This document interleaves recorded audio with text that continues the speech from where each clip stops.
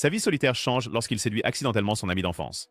Cependant, lorsqu'il découvre qu'elle fait partie d'une lignée d'espions, il est forcé de l'épouser et de la tuer, où il sera envoyé avec ses parents pour en savoir trop. Le jour des funérailles de sa famille, Taiyo était dévasté d'avoir perdu ses parents et son frère dans un accident de voiture. En pleurant, il se déteste d'être le seul à avoir survécu. Cependant, sa seule amie, Mutsumi, apparaît et le réconforte en lui promettant de rester avec lui pour toujours. Un mois plus tard, Taiyo était en classe et la mort de sa famille le rendait encore si déprimé qu'il refusait les invitations de ses camarades de classe. En revanche, la nature amicale de Mutsumi et sa grande beauté faisaient d'elle la fille la plus populaire de la classe et tous les garçons avaient secrètement le béguin pour elle. Elle a forcé son meilleur ami solitaire, Taiyo, à déjeuner avec elle en classe. Et elle lui a conseillé de tourner la page sur cette tragédie pour développer ses compétences en communication. Mutsumi commence alors à essayer de lui donner à manger de manière romantique. Mais ils sont soudainement interrompus par le vice-principal, Kyoichiro. Kyoichiro commence à s'enticher de Mutsumi, mais elle rejette ses offres bizarres avant de lui dire de retourner au bureau du principal. En partant, il dit à Taiyo de venir à son bureau après l'école, laissant Taiyo perplexe face à cette demande soudaine. Après l'école, Taiyo arrive au bureau du principal où Kyoichiro est assis inconfortablement près de lui et lui montre sa collection spéciale de photos secrètes qu'il a prises de Mutsumi. Frère, Kyoichiro a ensuite révélé qu'il observait Mutsumi depuis les ombres depuis sa naissance, et il lui a aussi raconté comment il avait torturé le dernier gars qui avait essayé de se rapprocher de Mutsumi jusqu'à ce qu'il jure de ne plus jamais l'approcher. Kyoichiro a ensuite sorti un couteau sur Taiyo, le faisant frémir de peur, et a mentionné à quel point Taiyo se rapprochait de Mutsumi avant de révéler que Mutsumi était sa petite sœur. Juste à ce moment-là, une personne nommée Futaba fit une apparition surprise et lança une grenade éclair, ce qui lui permit de s'échapper de la pièce avec Taiyo. Quand Taiyo se réveilla plusieurs heures plus tard, il fut stupéfait de voir Mutsumi debout à côté d'un groupe de personnes à l'apparence étrange, et quand il demanda qui ils étaient, Mutsumi révéla qu'ils étaient ses frères et sœurs. Elle a présenté ses frères et sœurs, qui comprenaient Futaba, Shinzo, Shion, Kengo et Nanao, avant de lui montrer leur chien de garde, nommé Goliath. Ensuite, elle a révélé qu'ils étaient une famille d'espions, ce qui a fait perdre la tête à Taiyo. Kengo a ensuite dit à Taiyo que Kyoichiro était le Gojo Satoru de tous les espions, car il était inégalé dans leur famille en matière de compétences d'espionnage. Et quand Taiyo a demandé pourquoi il le ciblait, Futaba a dit que c'était parce qu'ils avaient reçu un tuyau selon lequel quelqu'un essayait de tuer Mutsumi. Elle a ensuite révélé que l'obsession de Kyoichiro pour la protection de Mutsumi était née de son échec à la sauver lors d'un accident, il y a quelque temps. Elle a également expliqué que Kyoichiro avait toujours détesté Taiyo, mais n'avait pas essayé de le tuer parce qu'il était le meilleur ami de Mutsumi. Mais tout a changé lorsqu'ils ont reçu un tuyau des réseaux sociaux indiquant que des assassins visaient Mutsumi à cause d'une prime sur sa tête, ce qui donnait maintenant à Kyoichiro une raison de soupçonner Taiyo. Juste à ce moment-là, une alarme a commencé à retentir dans la maison, et Futaba a dit que c'était parce que Kyoichiro était venu pour en finir avec Taiyo. Shion et Shinzo ont activé à distance tous les pièges dans le bâtiment pour l'arrêter. Mais Futaba a dit que la seule façon d'arrêter Kyoichiro était que Taiyo et Mutsumi se marient. Elle a expliqué que sa vie serait protégée s'il le faisait parce que les membres de la famille Yosakura n'étaient pas autorisés à s'entretuer. Mais Mutsumi a refusé l'offre. Elle a expliqué à Futaba que dire à Taiyo de rejoindre leur famille serait cruel, puisqu'il essayait encore de surmonter la perte de sa propre famille, ce qui a poussé Futaba à s'excuser d'avoir été insensible. La famille d'espions a alors commencé à faire joyeusement des plans pour repousser Kyoichiro, et elle a ajouté que même si toute leur famille essayait de le combattre, ils avaient encore peu de chances de gagner. Juste à ce moment-là, il les a interrompus en faisant une apparition choquante dans leur salon.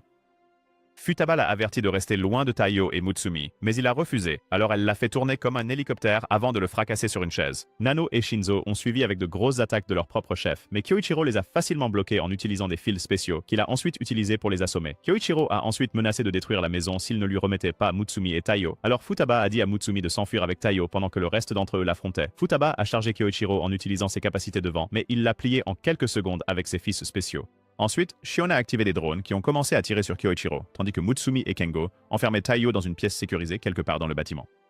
Après avoir détruit Shion et ses drones, Kyoichiro a rencontré Mutsumi, qui se tenait à côté de Taiyo, et elle a immédiatement essayé de l'attaquer. Mais il ne lui a fallu que quelques secondes pour l'attacher. Kyoichiro a enlevé le déguisement sur le visage de Mutsumi pour révéler qu'il s'agissait en fait de Kengo, puis il a demandé à Mutsumi où se trouvait le vrai Taiyo. Après avoir enlevé le déguisement, elle lui a pointé un couteau et a essayé de le convaincre en utilisant le Talk no Jutsu, mais le bizarre John Wick a dit qu'il accepterait de libérer Taiyo à condition qu'elle ne quitte plus jamais la maison et devienne une demoiselle recluse sous sa surveillance, sans accès à Internet, amis, ou même à l'amour. Il s'est ensuite poignardé avec le couteau qu'elle tenait tout en lui disant d'oublier Taiyo. Et alors que Mutsumi tremblait de peur, elle envisageait d'accepter l'offre, mais Taiyo fit une apparition héroïque et dit à Mutsumi qu'il était prêt à l'épouser pour les garder tous les deux en sécurité, ce qui la poussa à lui lancer une bague de famille spéciale. En essayant de les arrêter, Kyoichiro enveloppa la main de Taiyo avec des fils spéciaux, mais Taiyo lutta contre la douleur et attrapa la bague. Après avoir déchiré les fils, il a mis la bague et a déclaré hardiment à Kyoichiro qu'il serait celui qui protégerait Mutsumi à partir de ce moment, ce qui l'a amené à l'embrasser passionnément. Pendant que tout le monde célébrait, Futaba a dit à Kyoichiro qu'il devait apprendre à Taiyo ce que protéger Mutsumi signifiait vraiment. Quand Taiyo s'est réveillé le lendemain matin, il a été stupéfait par la vue de Kyoichiro qui a immédiatement essayé de l'attaquer avec un poignard. Taiyo a esquivé son attaque et a demandé ce qu'il faisait chez lui, avec une lame, ce à quoi il a répondu qu'il suivait le réveil traditionnel de la famille Yozakura. Cependant, Taiyo a soutenu qu'il essayait de le tuer, mais Kyoichiro a affirmé qu'il ne faisait que l'entraîner, parce qu'en tant qu'espion, Taiyo devait apprendre à rester vigilant pendant son sommeil. Kyoichiro a ensuite dit qu'il était temps pour les exercices matinaux traditionnels de la famille Yozakura et l'a enveloppé dans des fils. Mutsume préparait le petit déjeuner à ce moment-là, et quand elle a entendu le vacarme, elle s'est précipitée dans la pièce et a été stupéfaite de voir Kyoichiro utiliser Taiyo comme sa marionnette personnelle. Quand elle a vu à quel point c'était douloureux pour Taiyo, elle a appelé le nom de Kyoichiro avec un regard menaçant qui l'a fait arrêter ses bêtises. Il a finalement réalisé qu'ils étaient en retard pour l'école. Alors il les a attrapés tous les deux, ainsi que leurs fournitures de scolaire, et a sauté par la fenêtre du bâtiment. Juste à ce moment-là, le bâtiment a explosé, et quand Taiyo a demandé ce qui s'était passé, Kyoichiro a dit que leur maison était piégée avec un explosif et qu'il mettrait sa querelle avec Taiyo en suspens avant de proposer d'expliquer quelle était la mission de la famille Yozakura. Il a dit que la mission la plus importante de toutes était de protéger Mutsumi, et leur a dit de le suivre parce que cela deviendrait bientôt chaotique. Ensuite, ils se rendaient à l'école en limousine lorsque Kyoichiro a dit à Mutsumi et Taiyo que Shinzo avait révélé qu'il avait trouvé des fragments d'une bombe à retardement dans la cuisine de leur maison. Quand Taiyo a demandé pourquoi une bombe avait été placée dans leur maison, Kyoichiro a dit qu'elle visait Mutsumi, et a révélé que la relation de Taiyo avec Mutsumi était maintenant devenue une nouvelle brûlante, puisqu'il avait reçu une tonne de messages de félicitations pour eux. Kyoichiro a ensuite révélé que la raison pour laquelle Mutsumi était visée était parce qu'elle était la 10e chef de la famille Yozakura. Il a révélé que la lignée de la famille Yozakura pouvait être retracée jusqu'aux ninjas de la période Edo, et qu'elle a produit des générations de descendants avec des capacités surhumaines. Parmi eux, une personne ordinaire connue sous le nom de chef est toujours née.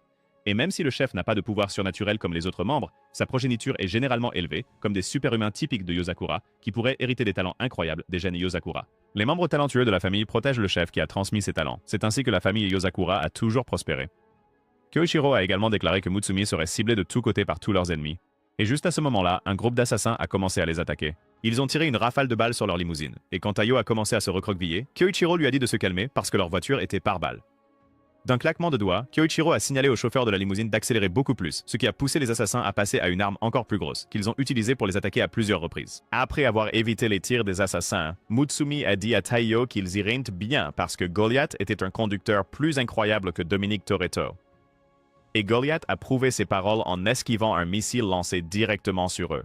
Quand les choses sont devenues encore plus compliquées, Kyoichiro a décidé de prendre les choses en main, en montant sur le toit de la voiture et en détruisant finalement l'arme que les assassins lui ont tirée dessus avant de les détruire, ainsi que leur véhicule en utilisant ses fils. Ensuite, Kyoichiro a remis une arme à Taiyo et lui a dit que sa première mission était de protéger Mutsumi de tous les assassins qui attaquent toute la journée.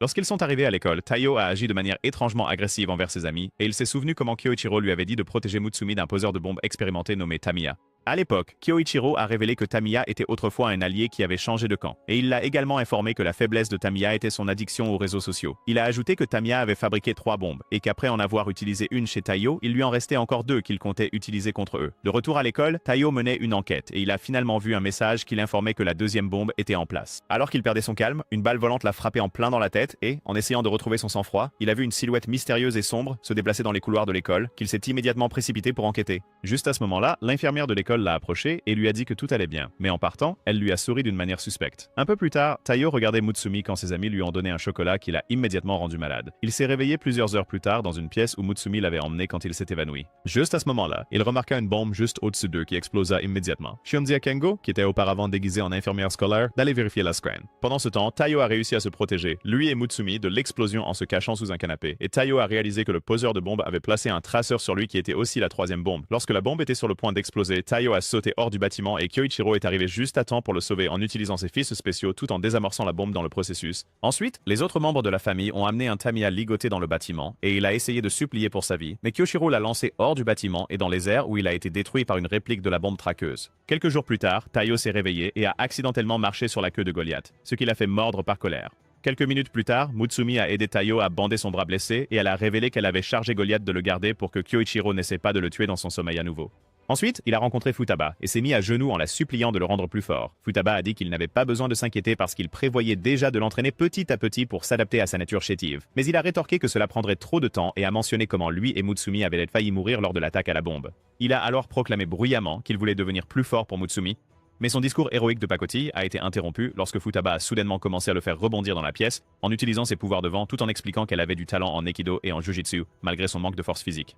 Elle a révélé qu'il fallait 3 ans pour entraîner même ceux dotés du talent Yozakura, ce qui signifiait qu'un simple pion comme lui nécessiterait beaucoup plus de temps. Elle l'a ensuite jeté sur la chaise et lui a demandé s'il voulait essayer l'entraînement intensif du style Yozakura. Lorsqu'il a montré de l'intérêt, elle a dit qu'elle le ferait à condition qu'il vive dans leur manoir pendant 1 mois et a expliqué qu'elle lui donnait cette opportunité parce que sa maison avait été détruite à cause de leur propre conduite désordonnée. Elle a ensuite révélé que l'entraînement commencerait 1 mois plus tard et alors qu'il s'apprêtait à la remercier, une trappe s'est ouverte sous lui.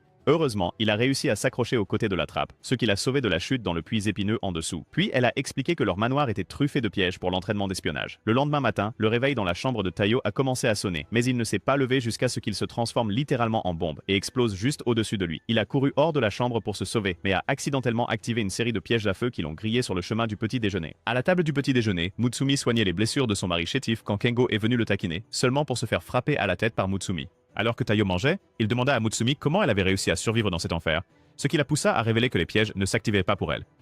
Shion dit à Taiyo que s'il était accepté par la maison, il pourrait régler les pièges pour qu'ils ne se déclenchent pas pour lui, et révéla que tous les pièges de la maison étaient contrôlés par un seul ordinateur. Soudain, Taiyo eut un mal de ventre et Futaba révéla que leur repas faisait aussi partie de l'entraînement. Nanao a dit qu'il devait développer une tolérance parce que la nourriture de tout le monde, à part celle de Mutsumi, était empoisonnée, ce qui provoquait de la diarrhée. Taiyo s'est précipité pour utiliser la salle de bain, mais quand il est arrivé à la porte, il a vu qu'elle était verrouillée comme un trésor national et Shion a expliqué que pour entrer dans cette salle de bain, il devait déchiffrer le mot de passe qui se rafraîchissait chaque minute. Le lendemain matin, chaque membre de la famille Yozakura a géré son réveil explosif avec une incroyable aisance, à l'exception de Taiyo qui a de nouveau été soufflé. Il a échoué à plusieurs autres tests, y compris le test de précision qui a fait que sa douche a déversé une rivière entière d'eau sur son visage pendant son bain. À l'école, Taiyo a dit à ses amis venus prendre de ses nouvelles qu'il allait bien, mais en réalité, il était alourdi par la chemise de 30 kg.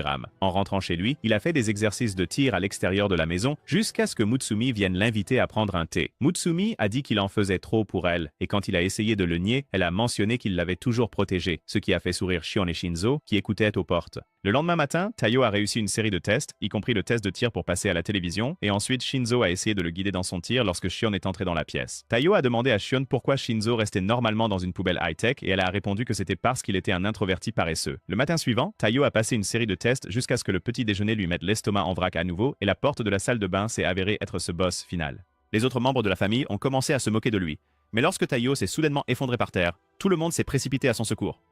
Plusieurs minutes plus tard, Nanao a scanné son corps et a réalisé qu'il avait de la fièvre causée par la fatigue.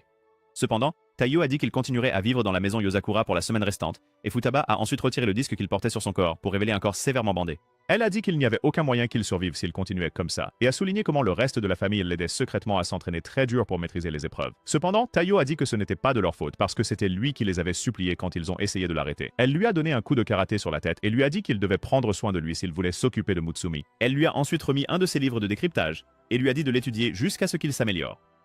Bien plus tard, Taiyo a finalement réussi à ouvrir la porte de la salle de bain, ce qui a fait que tout le monde l'a célébré comme s'il venait de gagner la Coupe du Monde. À ce moment-là, sa bague a commencé à briller, et Futaba a dit que c'était parce qu'il était enfin reconnu comme membre de la famille Yozakura.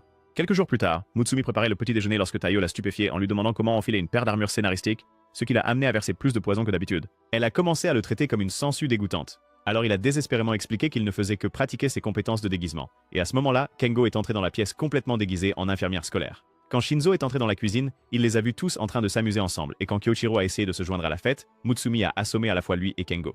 Quelques heures plus tard, Taiyo et Shinzo marchaient dans le couloir, et Shinzo a dit à Taiyo qu'il partait pour une mission de bas niveau, qui impliquait de récupérer la plaque originale pour de la fausse monnaie. À l'école, Taiyo et Mutsumi marchaient ensemble dans la cour quand une balle de baseball perdue a volé vers eux, et Taiyo a exécuté un mouvement d'aura de haut niveau en attrapant la balle sans regarder, et en la lançant directement dans les mains d'un des joueurs de baseball sur le terrain, les poussant à le supplier de rejoindre leur équipe. Pendant la pause déjeuner, Mutsumi a dit à Taiyo d'être prudent puisqu'il devenait de plus en plus surhumain et a mentionné que les gens l'appelaient un ninja dans son dos récemment à cause de l'aura de niveau Madara qu'il cultivait inconsciemment. Quelques heures plus tard, Mutsumi faisait une quantité incroyable de paperasse avec l'aide de Taiyo et elle lui a expliqué que le travail administratif faisait partie des tâches du chef des Yozakura. Juste à ce moment-là, elle trouva un document qui l'agaça avec Kengo et quand ils allèrent dans sa chambre, ils virent que c'était un énorme désordre. Quand Kengo sortit du tas de déchets, Mutsumi dit qu'il avait encore oublié de joindre les documents pour un rapport, mais il fit comme s'il s'en moquait complètement. Alors Taiyo essaya de chercher les documents manquants pour lui. Cependant, il est tombé sur des armes qui traînaient, ce qui l'a découragé de chercher plus loin et Kengo est sorti du tas d'ordures vêtu uniquement de son maillot de bain naturel en affirmant qu'il ne ferait jamais rien de contraignant. Kengo a soudainement sauté du tas d'ordures et a glissé devant Taiyo en se déguisant en Mutsumi, ce qui lui a permis de s'échapper de la pièce avec succès. Mutsumi a activé une fonction d'hibernation sur sa bague familiale, ce qui a fait apparaître une grande clôture tout autour de la maison. Pendant ce temps, Shinzo se faufilait dans les conduites d'aération lors de sa mission et il a utilisé une paire de lunettes à rayons X qui lui ont permis de repérer les faux billets dans la boîte qui les contenait. Il se demanda comment leur technologie était si sophistiquée, puis regarda le patron de l'entreprise de fraude être informé par ses employés que leurs faux billets contrôlaient maintenant 60% du marché. Quand le patron dit que c'était grâce à un certain jeune, Shinzo réalisa qu'il y avait quelqu'un qui tirait les ficelles. Il finit par entrer dans une pièce où un faux billet spécial était gardé. Mais soudain, les alarmes se déclenchèrent, le poussant à s'enfuir désespérément avec l'objet. En même temps, Mutsumi et Taiyo ont fait le tour de la maison à la recherche de Kengo, et ils ne l'ont pas trouvé dans les chambres des autres frères et sœurs. Ils ont fini par devoir vérifier la chambre de Kyoichiro et, en arrivant, ils ont vu que les murs étaient couverts de photos de Mutsumi, ce qui les a fait changer de direction immédiatement car ils ne voulaient rien avoir à faire avec la chambre bizarre de ce type. Quelques minutes plus tard, ils discutaient avec les autres frères et sœurs dans le couloir lorsque Taiyo a finalement repéré Kengo caché dans un tableau de la Joconde. Il a immédiatement recommencé à s'enfuir, les obligeant à le poursuivre, et ils ont finalement atteint un endroit dans le couloir où Mutsumi a vu Taiyo allongé par terre. Taiyo lui a dit que Kengo s'était enfui dans un passage secret à proximité, et elle a crié de frustration avant de désactiver le mode hibernation du manoir. Quand ils sont retournés dans la chambre de Kengo, elle l'a soudainement menotté et a dit qu'elle avait compris qu'il était Kengo parce qu'il avait laissé plusieurs indices suggérant qu'il n'était pas Taiyo. Après un petit discours d'encouragement de Mutsumi, il a enlevé son déguisement et a aidé Taiyo à trouver les documents manquants. Quelques heures plus tard, Taiyo déjeunait quand il a reçu un appel de Shinzo qui a crié pour que Mutsumi vienne le sauver. Shinzo lui a expliqué qu'il était à court d'armes après avoir engagé un échange de tirs avec l'ennemi, alors elle a envoyé Taiyo pour l'aider. Quelques minutes plus tard, Taiyo est arrivé sur les lieux et a commencé à fouiner autour du bâtiment jusqu'à ce qu'un des gardes lui pointe une arme. Suivant les leçons qu'il avait prises de Shinzo, il a utilisé quelques mouvements habiles pour désarmer le garde et le mettre hors de combat. En utilisant son sixième sens, il détecta des gardes approchant et les mit facilement à terre un par un. Quand l'un d'eux essaya d'appeler à l'aide, Taiyo utilisa un pistolet spécial que Shinzo lui avait donné pour détruire le talkie-walkie de l'homme avant de l'éliminer aussi. Taiyo arriva finalement dans la pièce où Shinzo se cachait et Shinzo le serra immédiatement dans ses bras, soulagé. Quand des gardes ont fait irruption dans la pièce, Shinzo les a neutralisés en un clin d'œil en utilisant un pistolet que Taiyo lui avait apporté et a abattu tous les autres gardes sur leur chemin alors qu'ils couraient. Finalement, ils ont atteint un endroit où Taiyo a été touché à la jambe par le chef ennemi qui a ensuite demandé à Shinzo de se rendre. Quand Shinzo a posé son arme, Taiyo lui a remis une fourchette spéciale qu'il a utilisée pour détruire le fusil de sniper de l'assassin avant de l'abattre avec plusieurs autres tirs. Quelques heures plus tard, le chef ennemi a été interrogé et finalement battu à mort avec un marteau par un homme mystérieux qui ciblait Taiyo. Quelques jours plus tard, Taiyo marchait dans la rue en parlant à Mutsumi au téléphone quand il a vu l'homme mystérieux qui le cherchait. Il s'est présenté comme un détective du commissariat de Koizumi nommé Seiji et a demandé à Taiyo de l'accompagner. Les deux se sont rendus dans une salle du poste de police où il a montré à Taiyo une photo de lui se battant contre l'un des gardes ennemis lors de la mission avec Shinzo. Et il l'a informé que la photo avait été publiée sur le dark web. Seiji a également diffusé le clip où Taiyo a abattu le talkie-walkie d'un garde ainsi que toutes les autres choses chaotiques auxquelles Taiyo avait participé avec la famille jusqu'à présent et lui a demandé s'il essayait de devenir un dieu du crime juvénile. Seiji a alors deviné qu'il appartenait à une organisation secrète et lui a dit de commencer à parler. Taiyo a réalisé qu'il lui demandait de trahir la famille, alors il a affirmé avec audace qu'il ne savait rien à ce sujet. Cependant, Seiji l'a forcé à boire de l'eau mélangée à du sérum de vérité, mais il ignorait que Taiyo avait un ballon attrape-eau dans la gorge qui contenait toute l'eau. Quand Taiyo a dit qu'il ne savait encore rien, Seiji a essayé de l'écraser avec un marteau. Cependant, Taiyo a esquivé en se lançant dans un coin où il a vu les restes ensanglantés d'un trafiquant de drogue. Seiji a alors dit qu'il demanderait en personne aux amis de Taiyo à l'école s'il n'abandonnait pas, et finalement Taiyo a remarqué un fil spécial derrière Seiji. Taiyo a dit avec détermination dans les yeux qu'il ne savait rien, et même s'il savait, il ne le donnerait pas à un fou comme lui, même si sa vie en dépendait. Seiji a ensuite essayé de l'attaquer à nouveau avec le marteau, mais Taiyo a esquivé, et l'impact du marteau a détruit le mur pour révéler Kyoichiro caché derrière, écoutant toute leur conversation avec un gobelet à ficelle. Taiyo ne comprenait pas ce qui se passait, alors Kyoichiro a révélé que Seiji était son ancien camarade de classe qui aidait la famille à couvrir leurs traces en échange d'aide dans ses enquêtes. Quand Kyoichiro a demandé à Seiji comment Taiyo s'était débrouillé, Seiji s'est approché de Taiyo et lui a dit qu'il avait bien fait de ne pas trahir ses camarades. Le lendemain à l'école, Kyoichiro est entré dans la classe de Taiyo et a annoncé qu'il prendrait en charge leur cours de japonais moderne puisque le professeur responsable avait des affaires urgentes à régler. Pendant le cours, Taiyo luttait pour rester conscient et juste au moment où il décidait de faire une petite sieste, Kyoichiro lança une craie en direction de son visage. Après avoir esquivé cette attaque mortelle, Kyoichiro lui expliqua en utilisant le code Morse qu'il devait apprendre à contrôler ses envies de sommeil en tant qu'espion et Mutsumi répondit en utilisant son propre code Morse en lui disant d'arrêter d'embêter Taiyo. Il a ensuite commencé à faire des avances à Mutsumi en utilisant le code Morse et Taiyo a dit à Mutsumi de ne pas s'en préoccuper car il avait l'intention de réussir ce défi d'entraînement. Soudain, Kyoichiro a libéré un gaz étrange qui a endormi tout le monde dans la classe, sauf Mutsumi qui portait un masque à gaz et l'a réprimandé pour cela. Quand ils ont vérifié Taiyo, ils ont supposé qu'il était profondément endormi, mais quand Kyoichiro a essayé de lui lancer une poignée de craie, il les a détruites avec son pistolet paralysant. Mutsumi était stupéfaite lorsqu'elle remarqua que Taiyo avait réussi ce coup en dormant. Et Kyoichiro dit qu'il était content que Taiyo soit enfin entré dans l'état de demi-sommeil. Il lança ensuite une rafale de craie sur Taiyo, mais le Zenitsu à petit budget les esquiva et les dévia toutes à grande vitesse. Quelque temps plus tard, Taiyo lisait un livre sur les rencontres pour espions et il fut stupéfait d'apprendre que 90% des mariages d'espions se terminaient par un divorce en raison de la nature occupée des espions. Lorsque Mutsumi entra dans la pièce, il essaya de l'inviter à sortir, mais il reçut soudainement un appel de Seiji qui lui dit de venir pour une mission urgente. Il est arrivé au parc d'attractions que Seiji lui avait indiqué, et Seiji lui a confié la tâche d'appréhender un couple dans la zone qui transportait des armes illicites. Juste à ce moment-là, Mutsumi a fait une apparition surprise et a dit qu'elle avait demandé à Seiji de rejoindre la mission, car cela semblerait plus naturel pour Taiyo de traîner avec sa copine dans un endroit de rendez-vous comme celui-là. Quelques minutes plus tard, Mutsumi a suggéré de suivre un couple mystérieux dans la zone et ils ont fini par les rejoindre sur un tour de montagne russe. Après le tour, ils sont assis en face du couple et les ont regardés agir comme des couples de comédie romantique gênants malgré la ressemble assez à des gangsters. Mutsumi a ensuite remarqué un autre couple suspect dans la région et ils les ont rejoints pour un tour de manège où ils ont vu qu'ils... Après le tour, Mutsumi a remarqué un troisième couple mystérieux, qu'ils ont suivi dans une boutique de souvenirs, et ils les ont regardés partager une tasse de café comme un couple normal. Quand Mutsumi est parti chercher des boissons, Taiyo s'est méfié d'eux en les entendant parler d'un paquet spécial, mais il s'est avéré que c'était une bague de fiançailles, que l'homme a utilisée pour demander la femme en mariage. Juste à ce moment-là, Taiyo a entendu un couple se disputer, et il a regardé avec stupéfaction leur dispute dégénérer en fusillade. Quand Taiyo a vu qu'ils avaient détruit la rose qu'il prévoyait de donner à Mutsumi, il les a neutralisés avec son pistolet paralysant spécial. Quelques heures plus tard, le couple de voyous a été arrêté par la police, et Seigi a remercié Taiyo pour son aide. Ensuite, Taiyo et Mutsumi ont fait un tour de grande roue. Et Taiyo a donné cette rose à Mutsumi en expliquant qu'elle avait été abîmée pendant la fusillade. Quelques jours plus tard, Shion a finalement terminé une mission dans Call of Duty.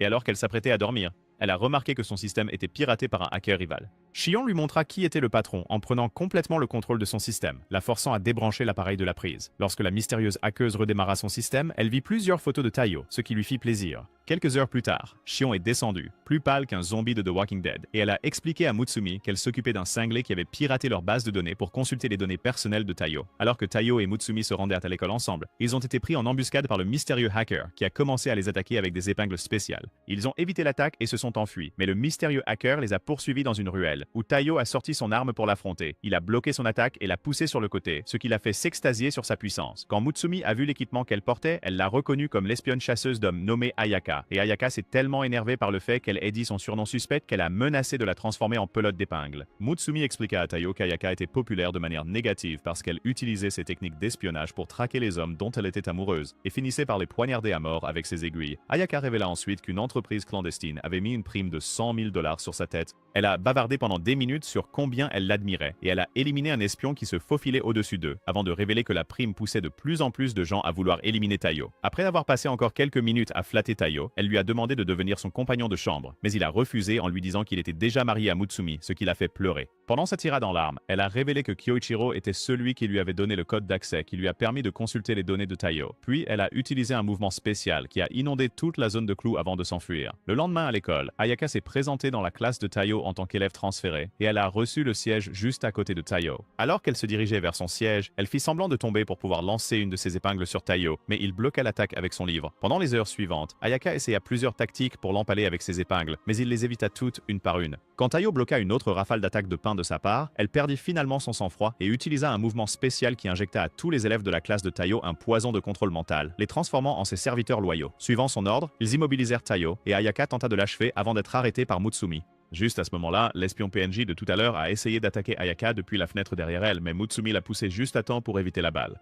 Quand l'espion a pointé son arme sur Mutsumi, Taiyo s'est libéré de l'emprise de ses camarades de classe et l'a électrocuté avec son pistolet électrique. Quand Ayaka a demandé pourquoi Mutsumi l'avait sauvé, Mutsumi a répondu que cela la rendait heureuse que quelqu'un d'autre apprécie à quel point Taiyo est génial, même si elle l'a fait de manière sauvage. Ayaka s'est mise à pleurer en réalisant qu'elle était maintenant tombée amoureuse de Mutsumi. Après l'école ce jour-là, Ayaka est devenue le petit chien d'amour de Mutsumi alors qu'elle rentrait chez elle, et leur petite séance de rapprochement a été interrompue lorsque Taiyo a reçu un appel soudain de Shion.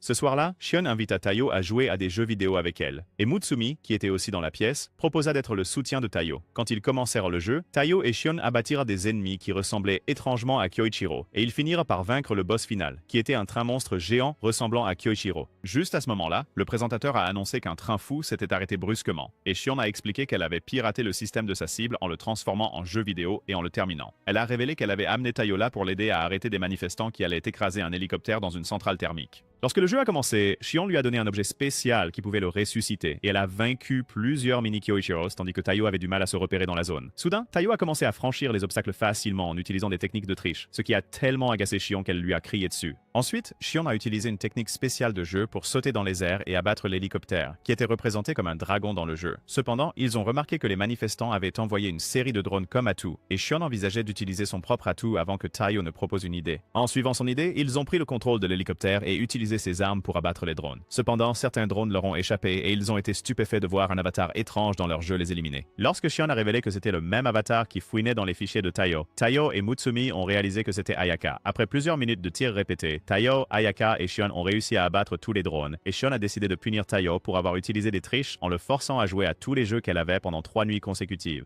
Un matin, Taiyo faisait un entraînement digne de Superman quand il a reçu un appel de Nano, qui lui a dit de venir le chercher dans un laboratoire maléfique. Nanao a expliqué que le laboratoire où il se trouvait était celui où il fabriquait secrètement des armes biologiques comme le gaz toxique, et qu'il était venu là-bas en mission sous couverture pour neutraliser l'arme. Il a ensuite révélé que l'arme était une bombe germinale nommée Sodom, qui anéantirait toutes les formes de vie dans un rayon de 10 km, et qu'il l'avait avalée parce qu'elle était trop dangereuse pour le monde extérieur. Taiyo a immédiatement perdu son calme quand il l'a vu le manger, mais il a expliqué que son corps était spécialement capable de détoxifier des choses comme ça. Nanao a dit que cela lui prendrait environ 3 heures pour neutraliser cette quantité, mais le problème était qu'il commençait à avoir sommeil. Il a ensuite dit à Taiyo qu'il avait endormi tout le monde dans le laboratoire où il se trouvait et qu'il voulait qu'il vienne le chercher avant que les autres laboratoires ne s'en aperçoivent. Lorsque Taiyo est arrivé au laboratoire, un agent de sécurité a pointé son arme sur lui, mais avant que Taiyo ne puisse réagir, un agent nommé Oga a neutralisé l'agent de sécurité avec sa chaîne, et son partenaire, Sui, a demandé à Taiyo s'il était aussi en mission. Sui s'est présenté, ainsi qu'Oga, comme des espions d'une unité de renseignement gouvernemental nommé Inajiku, envoyé pour neutraliser ce laboratoire. Lorsque Sui a demandé à Oga un rapport de situation, Oga lui a donné des indications vers un endroit d'où 5 gardes armés s'approchaient, et Oga a forcé Taiyo à les accompagner. Tous les trois ont traversé le laboratoire ensemble, détruisant chaque garde ennemi qu'ils rencontraient, et ils ont finalement atteint le laboratoire où Nano se trouvait. Taiyo se précipita immédiatement pour vérifier l'état de Nano, et Oga tenta soudain de porter une attaque sur Nano, que Taiyo dévia avec son poignard. Quand Taiyo leur demanda ce qu'ils faisaient, Oga révéla que leur mission était de tuer Nanao. Il a demandé pourquoi ils en voulaient à Nanao, et Sui a expliqué que depuis que Nanao avait ingéré l'arme, il était devenu une menace, et le détruire avec l'arme serait le mieux pour la sécurité nationale. Il a ensuite demandé à Taiyo de s'écarter, mais Taiyo a pris une position audacieuse devant Nanao et a dit que s'il voulait tuer son jeune frère, il devrait d'abord passer par lui. Oga a essayé de prévenir Taiyo qu'il était complètement dépassé, mais c'était trop peu, trop tard, car en un clin d'œil, Sui a détruit l'arme de Taiyo et l'a laissé en sang sur le sol. Alors que Sui s'apprêtait à en finir avec Nanao, Taiyo lui a dit d'arrêter, et il était sur le point de sortir à nouveau son épée avant que Nanao ne révèle qu'il avait terminé de détoxifier le Sodome. Il lui a montré un test cutané qui prouvait qu'il disait la vérité, et l'a supplié de le laisser soigner les blessures de son frère. En réponse, Sui a dit que sa mission était déjà accomplie, et a pris le test avec lui comme documentation en s'éloignant. Quelque temps plus tard, Taiyo s'est réveillé dans une position de bondage étrange, dans laquelle Kyoichiro l'avait mis, et Kyoichiro a mentionné comment les évaluations de la famille Yozakura sur le marché noir avaient chuté en raison de la défaite de Taiyo contre Sui avant de lui dire que sa faiblesse aurait pu mener à la mort de Nanao. Son discours de méchant stupide a été interrompu lorsque Mutsumi et Nanao l'ont frappé simultanément à la tête et l'ont forcé à s'excuser auprès de Taiyo. Après que Mutsumi ait retiré le bâillon de Taiyo, il a exprimé à quel point il se sentait coupable d'être faible, et Kyoichiro a interrompu sa séance de lamentation pour lui dire que la seule façon de restaurer le nom Yozakura était de vaincre Inajiku. Quelques jours plus tard, Sui a croisé Taiyo dans un bus et lui a demandé s'il était là pour venger sa défaite précédente. Taiyo se souvenait quand Kyoichiro lui avait dit que le meilleur moyen de vaincre Inajiku était de voler leurs informations en les espionnant. Alors il a dit à Sui qu'il avait l'intention de devenir plus fort en le regardant. Sui a affirmé qu'il n'avait aucune chance de le suivre et il a immédiatement commencé à se déplacer à des vitesses folles en utilisant une technique appelée marcher dans les fleurs. Taiyo l'a poursuivi et a réussi à se rapprocher de lui en utilisant ses meilleurs mouvements de singe araignée, mais Sui l'a empêché de le rattraper en détruisant ses vêtements d'un seul coup, ce qui a conduit la police à l'arrêter dans le train pour exhibition indécente. Taiyo a passé les heures suivantes à essayer de rattraper Sui dans les différents endroits où il allait se détendre, mais Sui l'a arrêté à chaque fois en réduisant sa tenue à son costume d'Adam. Lorsqu'il a rejoint Suhi et Oga pour neutraliser les voyous, Suhi a essayé de l'embarrasser comme d'habitude, mais il a réussi à esquiver légèrement lors de la première tentative pour que ses parties intimes restent couvertes. Quand Oga a commencé à le féliciter pour cela, Suhi a détruit leurs vêtements d'un seul coup. Quelques heures plus tard, Nanao a rencontré Taiyo tout amoché dans la cuisine de leur manoir et lui a demandé pourquoi il se poussait autant malgré son mauvais état. Taiyo a répondu qu'il devait le faire parce qu'il était un grand frère faible qui ne pouvait rien faire. Cependant, Nanao a évoqué tous les actes héroïques de Taiyo jusqu'à présent. Il a assuré qu'il était un grand frère cool. Plus tard dans la soirée, Taiyo a rencontré Suhi dans un cimetière où Suhi a sorti son épée avec l'intention de mettre fin aux choses. Cependant, lorsque Suhi a essayé de porter son coup ultra rapide, Taiyo a réussi à arrêter l'attaque tout en subissant quelques blessures mineures dans le processus parce qu'il se souvenait de la façon dont toutes les attaques de Suhi se déroulaient. Lorsqu'il a projeté Suhi au loin, Suhi est retombé sur ses pieds et a compris pourquoi les Yozakura avaient choisi Taiyo. Il a dit à Oga de s'occuper des blessures de Taiyo, et ce faisant, Suhi a reconnu Taiyo avant de s'éloigner. Quelques jours plus tard, Taiyo portait un sac extra large en marchant avec Mutsumi dans le parc, et ils sont finalement arrivés à un endroit où ils ont rencontré Sui. Taiyo était stupéfait par le fait que Mutsumi connaissait Sui, et quand il a demandé à Mutsumi à ce sujet, elle a révélé qu'ils se côtoyaient en tant que collègues. Sui a ensuite dit qu'il les emmènerait rencontrer le chef des Hinagiku, et il ne fallut pas longtemps avant qu'ils n'arrivent dans un café où Sui passa une commande spéciale de latte. La commande s'est avérée être un code secret que le barista a utilisé pour activer une porte secrète qui les a transportés à travers le sol jusqu'au quartier général des Hinagiku. Alors qu'ils tombaient, Sui tenait Mutsumi d'une manière qui rendait Taiyo jaloux, et ils furent bientôt attaqués de toutes parts par une série de pièges comprenant des faisceaux laser et des flèches. Sui a dévié chaque tir qui venait dans sa direction tandis que Taiyo sautait comme un singe pour les éviter, et ils sont finalement arrivés au bureau du chef Hinagiku. Soudain, un énorme rocher est tombé en direction de Taiyo, mais avant qu'il ne puisse faire impact, la chef Hinagiku, Rin, a fait une entrée spectaculaire en le détruisant d'un seul coup de poing. Ensuite, ils se sont tous régalés de quelques douceurs que Mutsumi avait préparées, et Mutsumi a présenté Rin à Taiyo comme une ancienne camarade de classe de Kyoichiro. Elle a également révélé que Rin et Kyoichiro ne s'entendaient pas très bien, et soudainement Rin a commencé à câliner Mutsumi de la même manière que Kyoichiro.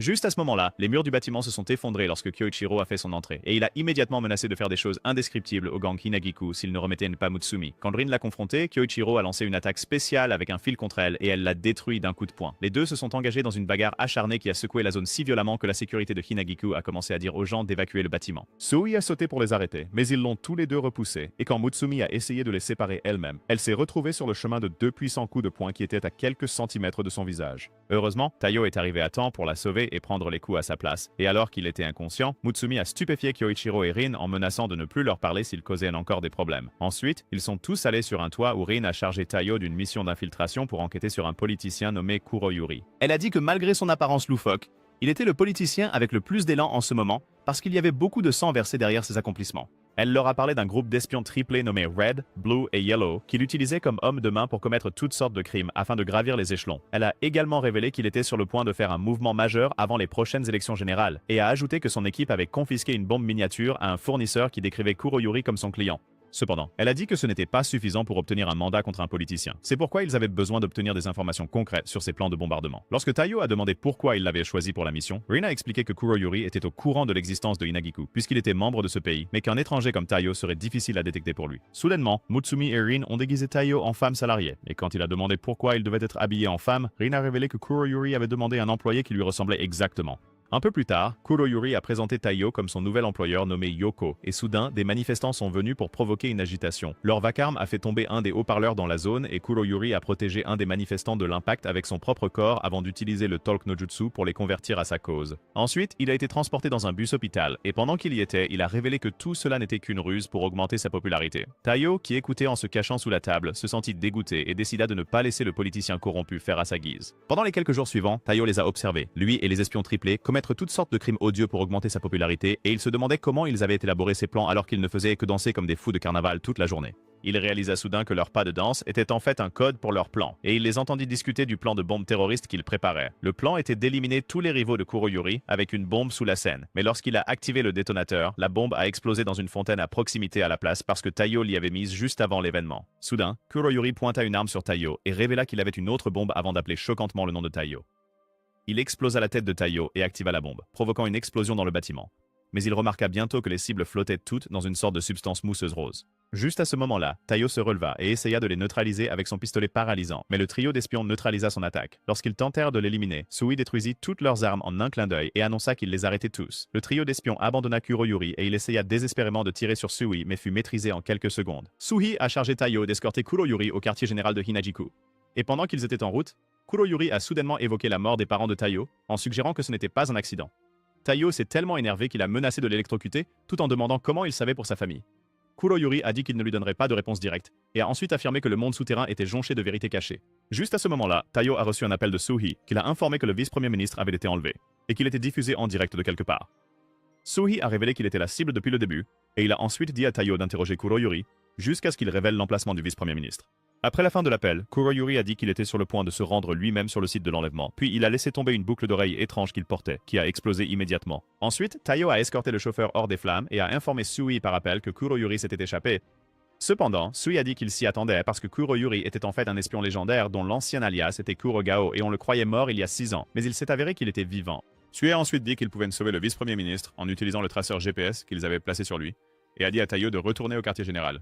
Pendant ce temps, Kuroyuri a rencontré le vice-premier ministre à l'endroit de son enlèvement. Et lorsque le premier ministre l'a accusé d'être un politicien véreux, Kuroyuri a dit qu'il n'avait aucun intérêt pour la politique et a enlevé son déguisement pour révéler qu'il était Kurogao, que le premier ministre pensait avoir déjà éliminé il y a quelque temps. Kurogao a ensuite admis au monde qu'il s'était vengé de nombreux politiciens dans l'ombre et a dit qu'il voulait faire de l'élimination du vice-premier ministre un événement public parce qu'il était le seul dont personne ne connaissait la véritable histoire. Il a ensuite pointé une arme sur son visage et lui a dit de confesser ses crimes ou d'être détruit instantanément.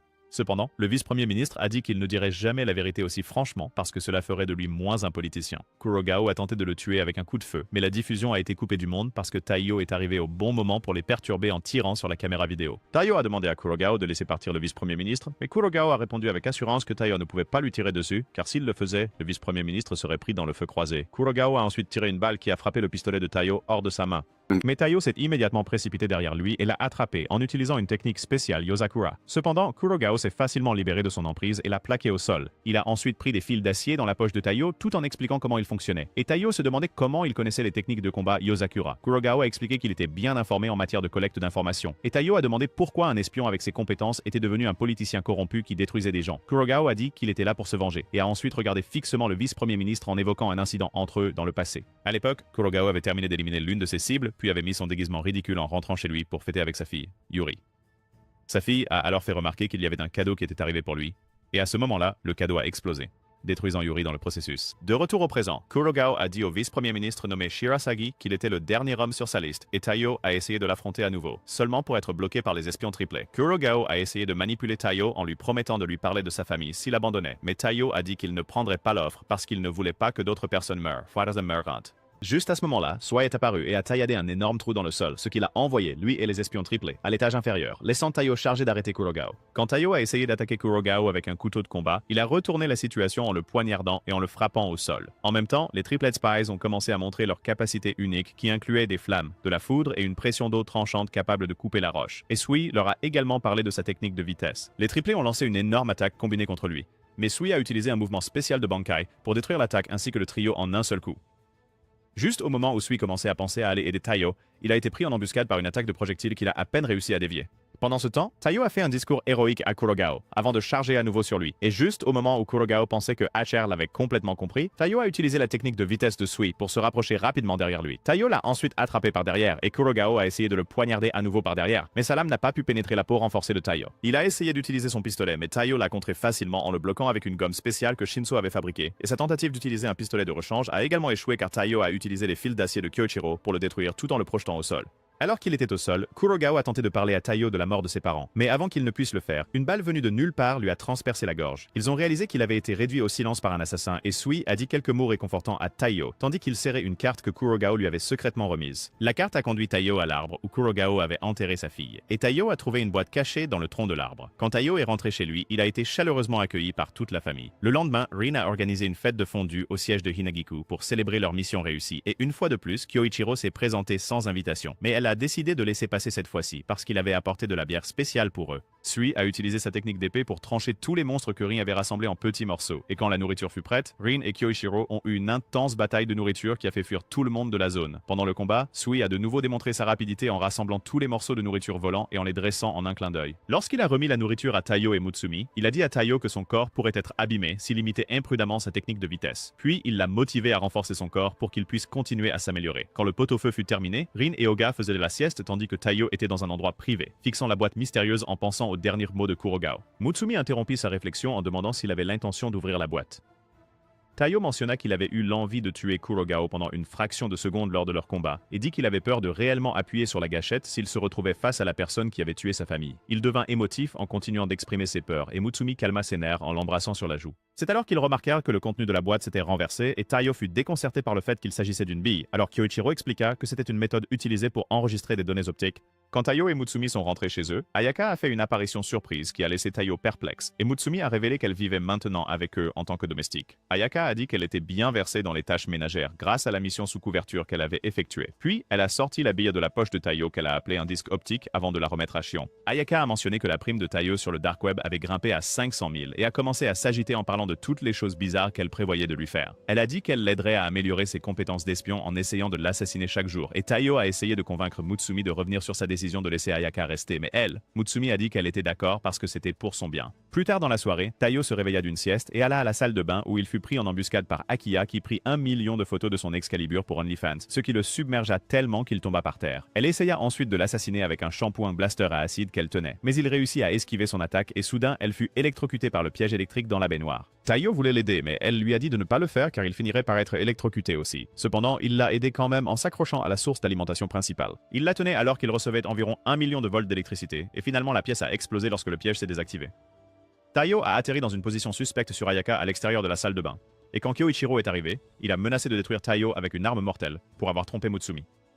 Quelque temps plus tard, Taiyo partait en mission, et quand Mutsumi a essayé de lui donner son téléphone, un appel est arrivé d'une fille, nommée Kaoru. Taiyo a immédiatement précipité pour terminer l'appel avant de partir, et en voyant cela, Ayaka a commencé à dire à Mutsumi que Taiyo l'a trompé en secret. Elle a mentionné toutes les choses inhabituelles que Taiyo fait et a dit que c'était des signes de tromperie, mais Mutsumi ne croyait pas à ces bêtises. Le lendemain, Mutsumi et Taiyo sont allés se promener avec Goliath, et Mutsumi a dit à Taiyo que Goliath refusait de se promener avec quiconque n'était pas le chef de la famille. Quand Taiyo a demandé pourquoi, elle a expliqué que Goliath était une race spéciale, appelée chien-loup, produite par des modifications répétées depuis le milieu de la période Edo. Goliath est soudainement devenu plus grand, et Mutsumi a révélé qu'il est une race élite de chiens de garde avec un corps durable et une longévité qui lui ont permis de servir leur famille pendant des générations. Elle avait monté sur son dos et a invité Taiyo à la rejoindre. Mais quand il a essayé de le faire, Goliath l'a repoussé avec sa queue. Mutsumi a alors suggéré de tenir la laisse pendant qu'ils avançaient, mais cela s'est retourné contre eux car Goliath s'est déplacé à très grande vitesse à travers la rivière, assommant Taiyo au passage. Ils sont arrivés dans un parc où une bombe a soudainement explosé, et tandis que Goliath protégeait Mutsumi de l'explosion, Taiyo a également protégé Goliath. Ensuite, Goliath a utilisé sa capacité spéciale pour retrouver le Joker de bas étage qui avait orchestré l'attaque et l'abattre.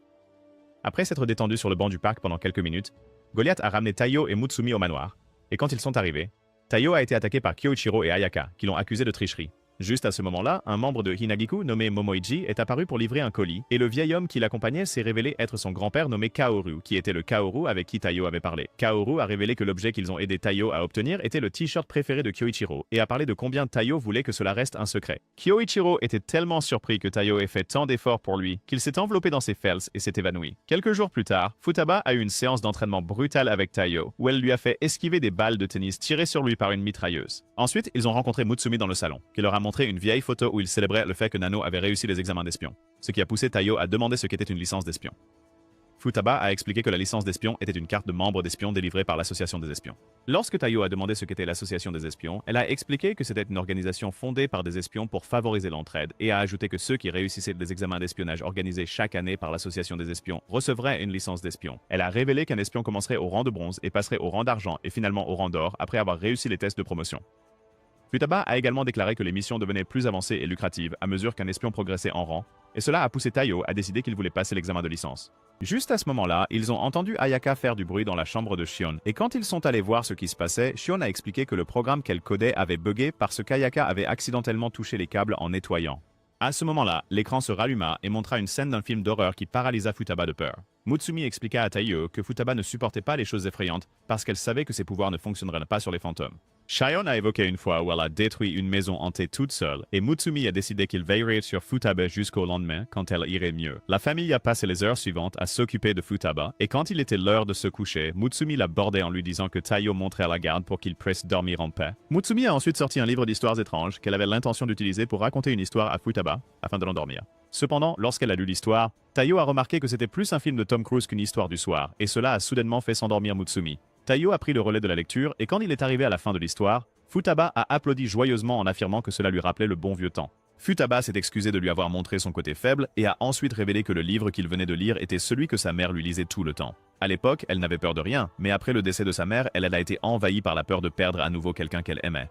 Taiyo a dit qu'il pouvait se rapporter à elle parce qu'il savait aussi ce que c'était de se sentir impuissant après avoir perdu un être cher. Puis il a affirmé qu'il voulait devenir fort comme le reste des Yozakura pour pouvoir protéger tous ceux qui lui sont chers. Futaba l'a remercié de lui tenir compagnie et l'a envoyé dans sa chambre en lui souhaitant bonne chance pour ses examens. Le lendemain, l'examen de licence de l'espion a commencé, et Taiyo s'est engagé dans un jeu de tag intense avec les autres candidats. Lorsqu'il a terminé en première place, les autres candidats ont commencé à le remarquer, et l'un d'eux a même essayé de l'attaquer avec une lame, pendant qu'il déjeunait, mais un autre espion nommé Tsukio l'a repoussé avec un éventail spécial qu'il tenait. Taiyo a essayé de le remercier, mais il a commencé à agir tout aussi déséquilibré qu'Hisoka, en étant obsédé par lui, et Mutsumi a révélé à Taiyo que Tsukio était le numéro 1 des playboys dans le monde des espions. Juste à ce moment-là, les candidats ont été appelés à l'emplacement de leur prochain examen, et une fois arrivés, on leur a donné la tâche de s'échapper d'un conteneur d'eau dans lequel ils étaient enchaînés, et Taiyo a réussi cela facilement. Le test suivant ressemblait à une partie de cache-cache, et Taiyo a été poursuivi par un étrange masqué qui portait un énorme marteau jusqu'à ce qu'il tombe dans les bras de Tsukio, ce qui l'a encore plus effrayé. Ils ont ensuite été chargés de désamorcer une bombe pour leur prochain test, et tandis que d'autres candidats ont été réduits en miettes, Taiyo a réussi à le réussir. Leur prochain test était l'épreuve écrite, et une fois de plus, les PNJ dans la salle ont échoué lamentablement. Mais Taiyo a réussi à s'en sortir quand il a vu que Tsukio avait terminé en un rien de temps. Ensuite, l'examinateur a annoncé que leur examen était terminé et a annoncé que le bâtiment dans lequel ils se trouvaient allait exploser dans quelques secondes. Les candidats ont couru désespérément dans le couloir et la plupart d'entre eux ont rencontré leur destin. Mais Taiyo et Tsukio ont exécuté des mouvements de combat habiles pour esquiver chaque piège et obstacle sur leur chemin. Juste à ce moment-là, le candidat qui avait ciblé Taiyo plus tôt l'a soudainement frappé au visage, le faisant tomber à un endroit du sol sur le point de s'effondrer. Cependant, Tsukio a sauvé Taiyo de manière spectaculaire, ce qui l'a laissé dans la zone de danger, et Taiyo a immédiatement rendu l'appareil en le retenant pour qu'il ne tombe pas dans la rivière. Tsukio était impressionné par la détermination de Taiyo, alors il utilisa son éventail pour invoquer des vents puissants qui les ramenèrent tous les deux à l'étage supérieur. Là, il informa Taiyo qu'il avait réussi l'examen et se présenta à nouveau comme un espion de rang argent qui était l'examinateur pour l'examen de licence d'espion. Il révéla qu'il était là pour tester les candidats sur l'aspect le plus important d'être un espion, à savoir l'humanité. Il remit ensuite à Taiyo sa licence d'espion et l'admira jusqu'à ce qu'il s'enfuit. Quelques jours plus tard, Taiyo fut stupéfait lorsqu'il ouvrit son sac d'école et vit un vieux bonhomme à l'intérieur. Le vieil homme sortit du sac et se présenta comme le grand-père de Taiyo, mais en réponse, Taiyo l'appela un intrus et le foudroya avec son pistolet électrique. Quelques minutes plus tard, Mutsumi les rejoignit dans la pièce et présenta le vieil imbécile comme son grand-père, nommé Ban. Ensuite, il s'accrocha à la fois à Taiyo et Mutsumi en louant Taiyo pour ses excellents réflexes, et il remit à Taiyo une pile d'argent qu'il appela un cadeau de mariage argent de poche. Il a essayé de s'enfuir avec Taiyo, mais Kyoichiro l'a arrêté en l'attachant avec ses fils. Ban a demandé à Kyoichiro pourquoi il était là malgré une mission à l'étranger, et Kyoichiro a répondu qu'il avait reçu une demande d'urgence de la police qui était de ramener Ban en prison. Taiyo était stupéfait par le fait qu'il était un évadé. Alors Ban expliqua qu'il était stationné en permanence dans la prison dans le cadre de sa mission pour recueillir des informations du monde souterrain. Il a demandé à Kyoichiro de le laisser s'amuser un peu puisqu'il allait bientôt repartir, mais Kyoichiro a dit que c'était hors de question parce que Ban était un électron libre qui révélait normalement des secrets d'espionnage, juste pour séduire des filles. Kyoichiro a dit à Ban de ne pas résister, mais Ban est soudain devenu sérieux, en se glissant à travers les fils de Kyoichiro, et l'a défié de l'arrêter. Ban a ensuite activé un écran de fumée en tapant sur sa montre, et lorsque la fumée s'est dissipée, tout le monde a remarqué qu'il avait disparu en emmenant Taiyo avec lui. Quelques heures plus tard, Kyoichiro informa Taiyo par appel que Ban était une taupe légendaire capable d'infiltrer ou de s'échapper de n'importe quelle installation grâce à son squelette flexible et ses compétences en dislocation des articulations. Il lui a alors dit de l'attraper avant que les choses ne dégénèrent, et Taiyo l'a informé que le vieux fou flirtait déjà avec des femmes dans un bar. Quand Taiyo a remarqué que Ban était sur le point de divulguer des informations confidentielles à ces demoiselles, il est intervenu pour l'arrêter, mais Ban lui a facilement échappé et s'est assis sur une chaise à proximité. Cependant, la chaise sur laquelle il a atterri avait une colle spéciale que Nono avait fabriquée. Donc pour s'en échapper, Ban s'est glissé hors de ses vêtements et a ensuite cultivé son aura en disant que seules les belles femmes pouvaient l'arrêter. Taiyo a essayé plusieurs fois de le maîtriser, mais les mouvements du vieil homme étaient tout simplement trop habiles pour lui. Ensuite, Taiyo a demandé à Ban pourquoi il n'avait pas simplement attendu la fin de sa mission avant de venir les voir, et Ban a répondu que cela devait être ce jour-là précisément. Ban a ensuite commencé à lui parler de sa femme nommée Seiko, une femme magnifique avec un sourire joyeux, et a admis qu'il voulait discuter de ce sujet avec Taiyo parce qu'il a réalisé que Taiyo lui ressemblait beaucoup. Il a conseillé à Taiyo de chérir le présent, et a dit que tout ce qu'il voulait, c'était que Taiyo et Mutsumi soient heureux. Taiyo a assuré au vieil homme qu'il ferait tout son possible pour s'assurer que Mutsumi soit heureuse, puis lui a tendu une boisson. Alors qu'il se rapprochait, Keiko est soudainement apparue et s'est menottée à Ban avant de révéler que les menottes qu'elle avait utilisées exploseraient s'il essayait de les enlever de force ou de les casser. Mutsumi est également arrivé et a présenté Seiko comme sa grand-mère. Ban a supplié Keiko d'avoir une romance. Entomrate. Rendez-vous avec lui, mais elle a dit qu'elle ne pouvait pas parce qu'ils avaient du travail à faire. Ensuite, Ban a été ramené en prison par la police et Mutsumi a informé Taiyo que Ban s'était évadé ce jour-là même parce que c'était l'anniversaire de lui et Keiko. Quelques jours plus tard, Ban est venu voir la famille à nouveau, mais Ayaka l'a informé que personne n'était là parce qu'ils étaient partis pour le voyage familial mensuel. Pendant ce temps, les membres de la famille se sont séparés après avoir pris un repas dans un café, et Taiyo se promenait dans un centre commercial avec Mutsumi, où Rin et les autres membres de Hinagiku rôdaient également. Taiyo regardait avec stupéfaction Mutsumi rassembler des munitions, et elle révéla finalement que le centre commercial dans lequel il se trouvait était un magasin de fournitures pour les membres du monde souterrain. En même temps, Shion et Shinso achetaient des armes, tandis que Futaba recevait un massage d'une ex-garde du corps musclé nommée Chiyo. De plus, Nanao a acheté différents poisons, tandis que Kyoichiro rencontrait dans une pièce secrète une dame qui lui a remis un livre mystérieux. Après avoir fait quelques achats personnels, Taiyo a été abordé par une petite fille nommée Suzu, qui pleurait parce qu'elle avait perdu son père. Quand Mutsumi a vérifié, Suzu a révélé que des hommes effrayants avaient emmené son père au sous-sol du centre commercial, qui était en fait un marché noir. Quand Taiyo et Mutsumi sont arrivés au marché noir, Taiyo a été stupéfait de voir qu'il ressemblait exactement à Gotham City, et il a réussi à sauver le père de Suzu de l'imposteur chauve qui le terrorisait. Ensuite, ils ont été entourés par une bande de voyous qui voulaient éliminer Taiyo pour l'argent de la récompense. Mais Kyoichiro est arrivé juste à temps pour les sauver. Les autres Yozakura sont également apparus et ont éliminé les voyous restants d'une manière si épique que tout le centre commercial s'est effondré. Alors qu'il sortait du centre commercial en train de s'effondrer, la famille se rapprochait et Futaba envoya Kyoichiro valser pour avoir fait une blague suspecte sur Taiyo. Quelques jours plus tard, Taiyo et Mutsumi ont rencontré Shion qui leur a informé que le dispositif de stockage optique que Taiyo avait obtenu de l'ancien espion Kurogao contenait une liste d'invités pour la réception de mariage du 9e chef des Yozakura, ce qui signifiait la réception de mariage des parents de Mutsumi. Shion a dit que le fait que les noms des parents de Taiyo figuraient sur la liste était étrange, et elle a ensuite supposé qu'il y avait une sorte de lien entre les Yozakura et la famille de Taiyo, les Asano. Taiyo a évoqué les mots que Kurogao lui avait dit sur le fait que sa survie miraculeuse lors de l'accident de voiture qui a tué ses parents était due à une personne, et non à Dieu. Mutsumi a soudain été submergée par la culpabilité car elle pensait que la famille de Taiyo avait été tuée parce qu'il s'était impliqué avec les Yozakura. Alors Taiyo l'a calmé en disant qu'il n'avait pas assez d'informations pour en être sûr. Il a également dit que ce qui était arrivé à leurs parents appartenait au passé et a prononcé quelques mots romantiques qui l'ont ému aux larmes. Taiyo a ensuite affirmé qu'il voulait en savoir plus sur sa famille et, lorsqu'il a demandé à Shion de l'aider, elle lui a piqué les yeux pour lui rappeler qu'il était le petit frère pleurnichard dans toute cette histoire. Shion a ensuite mentionné le fait que toutes les données sur l'ancien chef de la famille Yozakura auraient dû être effacées comme d'habitude, impliquant que l'existence des informations qu'ils avaient actuellement signifiait qu'il s'agissait d'une affaire liée au monde souterrain. Elle a ensuite dit qu'il devait visiter une organisation appelée la Bibliothèque des Morts, qui collecte des informations sur ceux qui ont déjà disparu, sans laisser de traces. Lorsque Taiyo est arrivé à la Bibliothèque des Morts, il a utilisé sa licence d'espion pour accéder à ce bâtiment, et, en se déplaçant, il a vu la bibliothécaire nommée Mi-chan tuer un espion et cerveler, juste pour avoir fait un peu de bruit dans le bâtiment. Taiyo était secoué par ce qu'il venait de voir et Shion a rendu les choses encore plus effrayantes en l'informant que Mi-chan était une espionne de rang argent qu'il ne pourrait pas battre dans un combat s'il essayait. Cependant, elle a assuré à Taiyo qu'il irait bien tant qu'il ne faisait pas le moindre bruit. Mais alors qu'il patrouillait silencieusement dans la bibliothèque, il a vu plusieurs autres espions se faire détruire par Mi-chan pour avoir fait le moindre petit bruit. Taiyo est finalement arrivé à une section de la bibliothèque où il a vu des dossiers sur son père Hyde et en lisant le document, il a vu qu'il avait une fente d'insertion pour des dispositifs de stockage optique. Lorsqu'il a inséré le dispositif de stockage optique qu'il avait obtenu de Kurogao, les pages du document se sont soudainement transformées. Et sur les nouvelles pages, il a lu que les membres de sa famille avaient été éliminés par quelqu'un nommé Tanpopo. Tout à coup, le document dans sa main a explosé et Shion lui a immédiatement dit de sortir de là aussi vite que possible. Mais malheureusement, Mama Yaga est arrivé avant que Taiyo ne puisse même bouger un muscle. Il a réussi à esquiver l'attaque mortelle de Mi-chan et, suivant les instructions de Shion, il a utilisé son pistolet électrique pour éteindre les lumières du bâtiment avant de s'enfuir. Il courut aussi vite qu'il put, mais il ne fallut pas longtemps avant que Mi-chan ne se tienne à nouveau devant lui. Alors que Mi-chan se précipitait vers lui, Shion essaya désespérément de l'éloigner d'elle, mais Mutsumi lui vola soudainement le micro et dit à Taiyo d'enlever ses écouteurs. Quand Taiyo les a enlevés, Mutsumi a crié dans le microphone et les ondes sonores de sa voix ont mis Mi-chan hors d'état, ce qui a fait réaliser à Taiyo que Mi-chan ne pouvait pas supporter le bruit fort en raison de son ultra-sensibilité au son. Le lendemain, Taiyo a été mis dans une position de bondage douloureuse par Kyoichiro, qui l'a informé que Tanpopo était la même organisation qui avait tué la mère de Mutsumi. Il a révélé que Tanpopo était l'une des organisations qui visait Mutsumi et que leurs agents avaient généralement un tatouage de pissenlit sur la main. Kyoichiro a ensuite révélé la découverte qu'il a faite grâce à la nouvelle information que Taiyo a découverte, à savoir que 15 personnes dans le domaine médical avaient été éliminées et que l'homme qui pourrait être lié à toutes était nommé Makoto.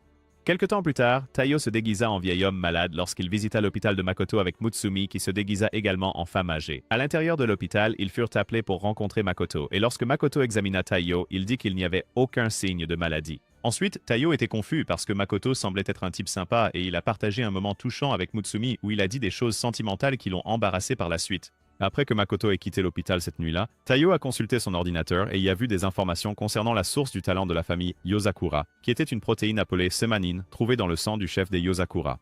Il a également découvert que le sang des Yozakura était un agent dopant extrêmement puissant, parce que la semanine pouvait aussi renforcer des personnes extérieures à la famille lorsqu'elle était ingérée. Mais elle ne pouvait pas être produite synthétiquement.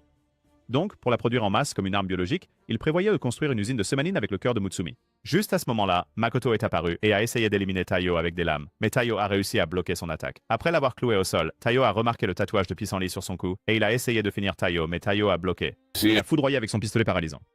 Cependant, Makoto a encaissé l'attaque et a activé un appareil étrange qui l'a transporté, lui et l'ordinateur, ailleurs. Après son départ, Taiyo était soulagé d'avoir réussi à extraire certaines données et il décida de dévoiler les plans de Tanpopo quoi qu'il arrive. Quelques jours plus tard, Mutsumi se réveilla après avoir fait un cauchemar sur un jour tragique de son passé et après avoir bu de l'eau, elle se dirigea vers la porte de Taiyo. À ce moment-là, Taiyo faisait des recherches et il s'est rendu compte qu'il n'y avait aucun moyen de localiser le quartier général de Tanpopo. En vérifiant certaines données de reçu, il a trouvé un fichier nommé Dandelion, ce qui lui a fait réaliser que Dandelion était le mot anglais pour Tanpopo.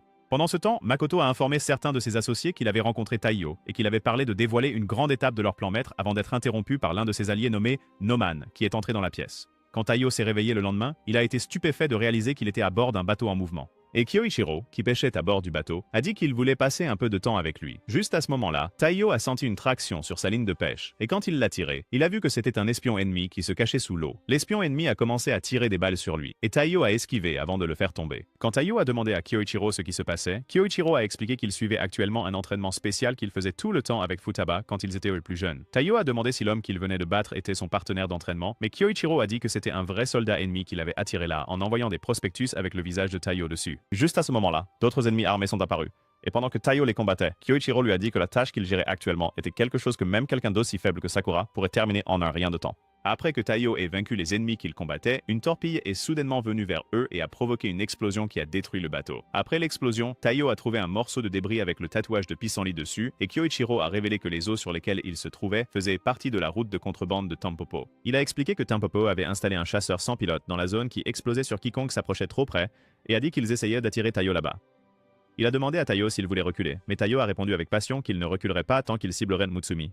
Juste à ce moment-là, Kyoichiro l'enveloppa avec ses fils et le jeta dans une autre partie de l'océan où il vit une torpille se diriger vers lui. Taiyo s'accrocha à la torpille en utilisant des fils spéciaux qu'il portait, et alors qu'il se déplaçait avec elle, Kyoichiro l'informa que la torpille atteindrait bientôt l'endroit où lui et les espions ennemis se trouvaient. Taiyo s'est déplacé au sommet de la torpille et a suivi un ensemble d'instructions que les autres membres de la famille lui avaient données au fil du temps alors qu'il tentait de la désarmer.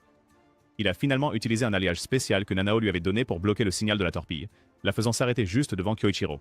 Ensuite, Kyoichiro sourit tandis que les assassins ennemis stupides regardaient Taiyo pour les avoir sauvés. Pendant ce temps, les agents de Tampopo détectèrent un objet étrange approchant leur sous-marin, et il s'avéra que c'était la torpille d'avant qui était maintenant pilotée par Kyoichiro et Taiyo.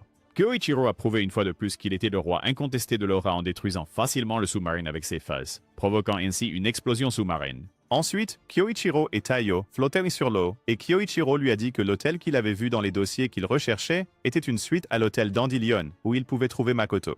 Quelques heures plus tard, Taiyo était sous couverture à l'hôtel, et Kyoichiro lui a dit qu'il envoyait Shinzo à son emplacement avant de révéler que Tampopo était à découvert parce qu'ils étaient confiants de pouvoir lancer une contre-attaque quand bon leur semblait. Après avoir terminé l'appel, Futaba a demandé à Kyoichiro pourquoi il avait impliqué Taiyo dans le désordre de Tampopo, et il lui a dit que c'était simplement parce que Taiyo essayait d'enquêter sur la mort de ses parents. Pendant ce temps, Taiyo a essayé de monter à l'étage des suites de l'hôtel mais a été projeté contre un mur par le système de sécurité de l'ascenseur, et un des employés de la zone lui a dit qu'il devait passer le logiciel de reconnaissance faciale pour accéder à l'étage des suites, réservé uniquement aux élites. Darius a ensuite essayé de jouer à Spider-Man en grimpant à l'étage supérieur depuis l'extérieur, mais il a fini par être la victime d'une violente dispute amoureuse qui se déroulait dans l'une des chambres de l'hôtel. Dans la zone des suites, Makoto a été informé d'un employé suspect dans les environs, et il était convaincu qu'il serait bientôt arrêté. Il a donné un objet mystérieux à Noman et a commencé à le convaincre de l'utiliser. Mais ils ont été interrompus lorsque Taiyo est apparu en costume de chat et a pointé son arme sur eux. Quand Taiyo a enlevé son déguisement, Makoto a dit qu'il n'avait pas le temps de se battre avec lui. Et Noman a lancé la vitre d'une fenêtre sur lui, qu'il a réussi à esquiver. Noman l'a immédiatement attaqué à nouveau, mais Taiyo a bloqué son coup de poing. Makoto s'est échappé en hélicoptère tout en motivant Noman à essayer la substance qu'il lui avait donnée. Noman a révélé à Taiyo que l'objet était un agent dopant, nommé Hazakura, qui permettait aux gens de reproduire le pouvoir de Yozakura. Lorsqu'il se l'est injecté, il est devenu une version déformée de Hulk, et Taiyo a essayé de lui tirer dessus, mais il a instantanément bloqué le tir de Taiyo avec ses mains nues avant de le projeter contre un mur. Au même moment, Makoto informa ses associés que Noman combattait Taiyo et dit qu'il pouvait commencer la prochaine étape de leur plan. De retour à l'hôtel, Noman sortit une lame que Taiyo réussit à lui planter et commença à étrangler Taiyo jusqu'à ce que Shinzo fasse une entrée dramatique en le projetant contre le mur. Shinzo s'excusa auprès de Taiyo pour son retard. Et Noman se releva en exprimant son désir de se battre contre Shinzo. Voyant que Noman avait des capacités régénératrices, Shinzo l'a bombardé avec toutes ses armes à la fois, puis a lancé Taiyo hors du bâtiment dans les airs où il a été soulevé par un parachute. Shinzo a dit à Taiyo de lui laisser le combat contre Noman puisque des renforts étaient en route. Mais avant qu'il ne puisse en dire plus, Noman l'a chargé. Il a réussi à bloquer le coup de poing de Noman et a ensuite commencé à lutter avec lui. Alors qu'ils essayaient de se surpasser, Noman menaça de faire exploser tout l'hôtel et tous ses habitants en utilisant une bombe qui pourrait être activée s'il serrait les dents. Taiyo entendit cette conversation et s'inquiéta pour Shinzo, ainsi que pour les gens dans l'hôtel. Noman a dit à Shinzo que la seule façon de s'assurer qu'il ne serre pas les dents était de le laisser le battre, et il a frappé Shinzo en plein visage. Les ondes de choc de la suite ont résonné dans tout l'hôtel, alors que Noman martelait Shinzo, jusqu'à ce que ses mains soient ensanglantées. Quand il a dit à Shinzo d'abandonner, Shinzo lui a dit qu'il attendait quelque chose, et soudain ils ont été informés qu'un terroriste loufoque avait pris le contrôle de l'hôtel. Le terroriste en question était Taiyo, qui essayait de faire évacuer de force le bâtiment en intimidant les gens autour avec de fausses armes. Grâce à son comportement loufoque, les gens ont fui le bâtiment, et un espion mystérieux aux cheveux blancs a aidé une femme qui avait trébuché par terre en entrant. Lorsque la sécurité a informé Noman que les gens avaient été évacués, Shinzo a riposté avec un détroit de smash qui a poussé Noman dans le coin. Tout en exhibant les nouveaux gants de fer qu'il portait, Shinzo a dit qu'il ferait payer Noman pour avoir insulté leur famille avec ses pouvoirs contrefaits. Il a ensuite sorti un énorme pistolet qu'il a chargé avec une quantité folle d'énergie électrique dans l'intention de réduire Noman en enfer. Noman a essayé de contre-attaquer, mais Taiyo a piraté le détonateur de sa bombe, permettant à Shinzo de tirer une charge électrique massive directement sur Noman. Ensuite, Noman s'effondra au sol, et Makoto qui regardait depuis son hélicoptère se sentit déçu, mais il dit que l'assassin aux cheveux blancs qui était dans le bâtiment s'occuperait de la situation. Pendant ce temps, Taiyo se dirigea pour rejoindre Shinzo, mais il trébucha et tomba dans les bras de l'espion aux cheveux blancs qui lui conseilla de prendre soin de lui en s'éloignant. Quand Shinzo est arrivé, il a remarqué que Taiyo avait des trous ensanglantés sur tout le corps, et Taiyo s'est immédiatement effondré. Quand ils sont retournés au manoir, Taiyo était bandé dans un lit d'hôpital, et Nano a informé tout le monde que Taiyo avait été touché par balle plus d'une douzaine de fois, principalement dans ses organes internes. Nano ajouta qu'ils auraient été trop tard pour le sauver sans les premiers secours de Shinzo, et Mutsumi lui attrapa le bras avec une expression inquiète sur le visage. Alors qu'il leur disait que Taiyo ne reprendrait pas conscience de sitôt, Kyoichiro commença à dessiner des choses bizarres sur le visage de Taiyo. Alors il se fit frapper à la tête par Futaba et fut jeté hors de la pièce par Nano. Ensuite, Futaba et les autres membres de la famille ont quitté la chambre d'hôpital, et Nano a remis à Mutsumi une boîte de matériel médical qu'elle pourrait utiliser sur Taiyo en cas de besoin. Quelques minutes plus tard, Kyoichiro a préparé du café tandis que Futaba le regardait avec un air furieux. Après son départ, Shinzo est entré dans la pièce et Kyoichiro a remarqué que Shinzo se sentait coupable de l'état de Taiyo.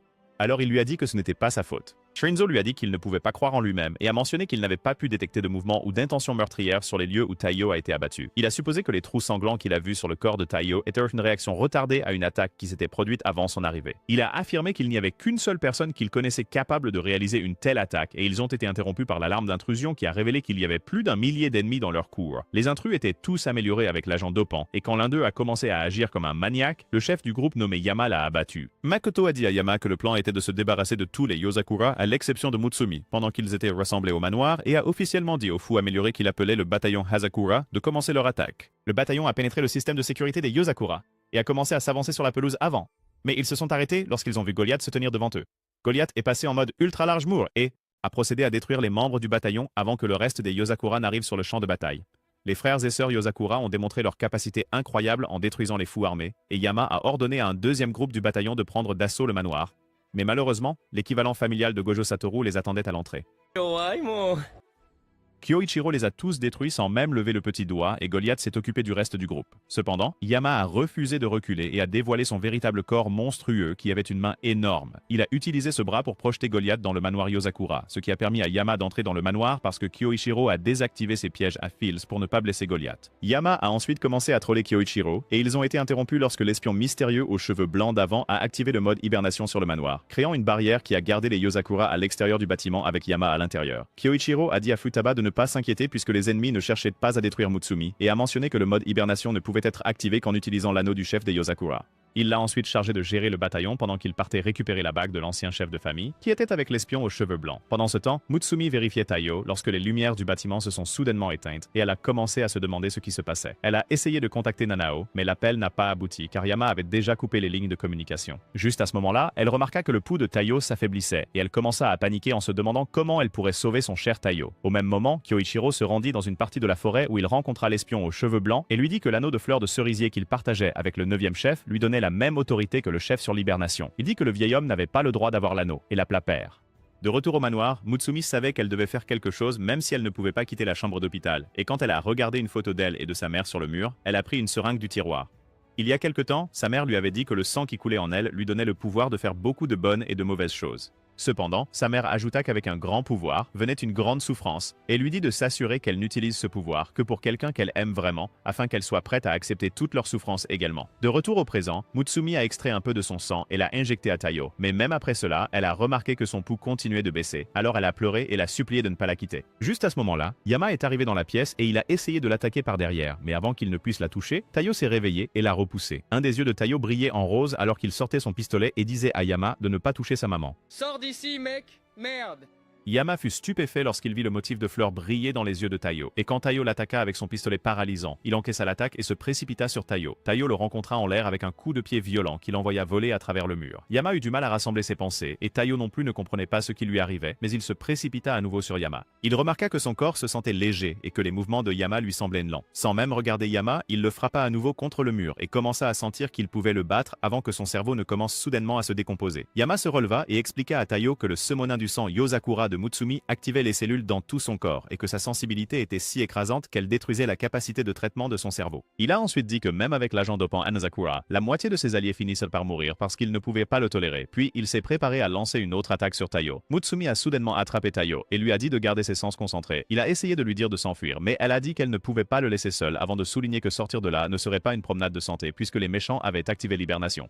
Elle a ensuite déclaré qu'elle n'avait pas l'intention de les laisser utiliser son cœur pour le mal, et a souri en disant à Taiyo qu'elle était prête à mourir avec lui. Elle lui a dit de fermer les yeux et de se concentrer sur sa voix, et, tandis qu'il l'écoutait, la puissance circulait harmonieusement à travers ses nerfs, l'apaisant dans le processus. Juste à ce moment-là, Yama attrapa Mutsumi et la jeta dans le coin avant de lancer son bras renforcé sur Taiyo. Cependant, Taiyo bloqua sa tentative pathétique de coup de poing et affirma audacieusement qu'il pouvait le voir avant de donner un coup de poing puissant qui détruisit l'estomac de Yama. Yama fut stupéfait par le fait que son estomac refusait de se régénérer après le coup de poing, et il traita Taiyo de monstre en tombant au sol. Dans la forêt, Kyoichiro a demandé à son père de rendre la bague de fleurs de cerisier du 9e chef, mais en réponse, le vieil homme a dit joyeusement que Kyoichiro n'avait pas changé. Le vieil homme a mentionné que tout le monde dans la famille allait bien, y compris Taiyo qui s'était récemment éveillé, et il a dit qu'il était fier d'eux. Il a essayé de continuer sa petite conversation, mais Kyoichiro l'a interrompu en demandant pourquoi il était allé jusqu'à utiliser Tanpopo pour rendre Taiyo plus fort. Il a mentionné combien de personnes étaient mortes dans le processus de recherche du pouvoir du sang Yozakura, puis a souligné tout ce que le vieil homme avait fait pour les acculer à ce moment-là, tout en l'accusant d'avoir entraîné ses camarades dans son complot pour éveiller les capacités de Taiyo. Le vieil homme a affirmé qu'il voulait que Taiyo soit un mari fort pour qu'il puisse protéger sa bien-aimée Mutsumi, et a dit qu'il agissait simplement en tant que père.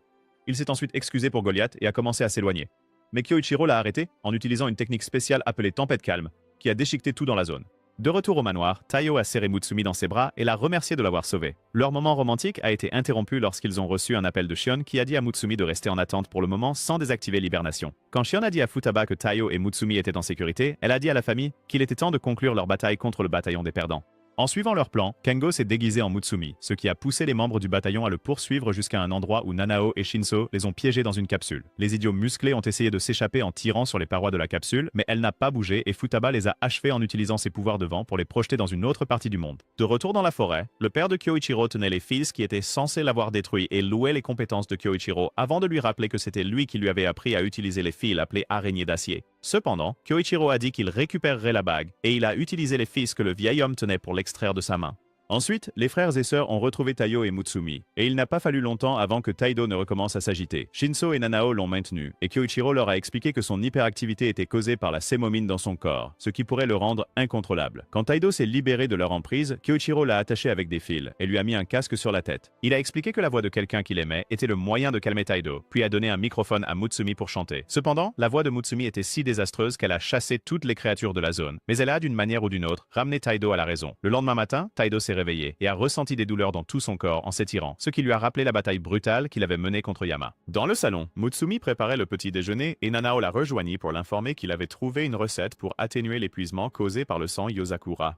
Juste à ce moment-là, Taido est entré dans la pièce et a essayé de les convaincre qu'il allait mieux, mais son corps a soudainement été paralysé par la douleur des crampes musculaires à nouveau. Quand Taido a demandé à Mutsumi si elle pouvait quitter la maison, elle a répondu que Kyoichiro et les autres lui avaient dit de rester à la maison un peu plus longtemps car le danger guettait de tous côtés. Après que Nanao ait aidé Taido à se relever, Mutsumi a suggéré qu'il aille à l'école avec Taido pour la journée, et il a répondu que c'était une excellente idée. Taido a chuchoté à Mutsumi ses inquiétudes sur le fait que Nanao ressemblait à un personnage de Nickelodeon, et elle a alors souligné qu'il n'avait pas encore vu le vrai Nanao. En entendant cela, Nanao s'est injecté un médicament qui a transformé son corps en une taille normale, et il a enlevé son casque pour révéler un visage qui avait l'air très normal aussi. En route pour l'école, Taido n'arrêtait pas de fixer Nanao, et Nanao lui a expliqué que sa compétence d'immunité lui accordait un corps unique capable de neutraliser le poison et de s'améliorer physiquement. Il a également dit qu'il était légèrement difficile à contrôler, c'est pourquoi il gardait son corps légèrement muté pour pouvoir vivre une vie quotidienne plus stable. Nanao a ensuite révélé qu'il avait un médicament qu'il avait inventé lui-même appelé réducteur de gonflement super, qui pouvait supprimer de force la mutation chaque fois qu'il devait aller à l'école. Quand ils sont arrivés à l'école, Nanao a laissé Taido pour retrouver ses amis et Taido a souri en le regardant discuter avec eux. De retour au manoir, Shion et Kengo regardaient depuis la porte pendant que Mutsumi préparait quelque chose qui ressemblait et sentait comme une sauce de toilette.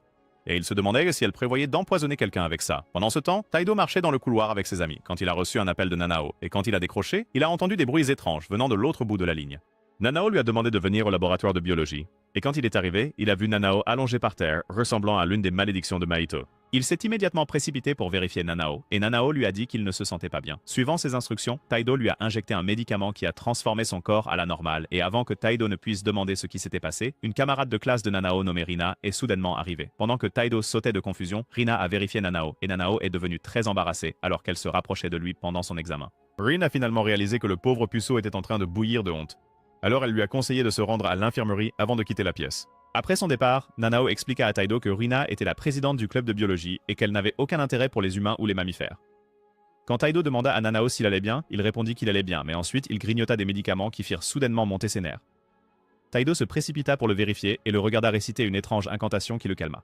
Nanao expliqua à Taido que les mots qu'il venait de chanter étaient la séquence de base de son ADN et qu'il les chantait parce que cela lui donnait l'impression d'être un être humain normal. Cependant, il a dit qu'il était arrivé au bout de sa ruse, et quand Taido a demandé ce qu'il voulait dire, il a montré à Taido un vaccin permanent qui guérirait l'instabilité de son corps de façon permanente s'il l'injectait et ne lui permettrait pas de revenir à son corps humain. Nanao a dit que cela signifiait qu'il ne viendrait plus à l'école, mais a ensuite affirmé qu'il irait bien parce qu'il n'y assistait que pour s'amuser. Cependant, Taido se souvint à quel point il était amical avec les gens à l'école et referma la boîte de vaccin avant qu'il ne puisse la prendre. Les larmes coulant de ses yeux comme une cascade, Taido s'excusa de ne pas avoir réalisé la lutte que Nanao endurait depuis longtemps. Taido lui dit alors de ne pas utiliser le vaccin et lui promit qu'il préserverait sa vie quotidienne. Ensuite, Nanao a continué sa vie scolaire normale, tandis que Taido se faufilait autour de lui et a injecté un vaccin qui transformait son corps en normal chaque fois qu'il mutait. Un peu plus tard, Rin est allé au laboratoire de biologie pour déjeuner et son serpent de compagnie a mangé un des médicaments de Nanao, ce qui l'a fait muter en un monstre terrifiant.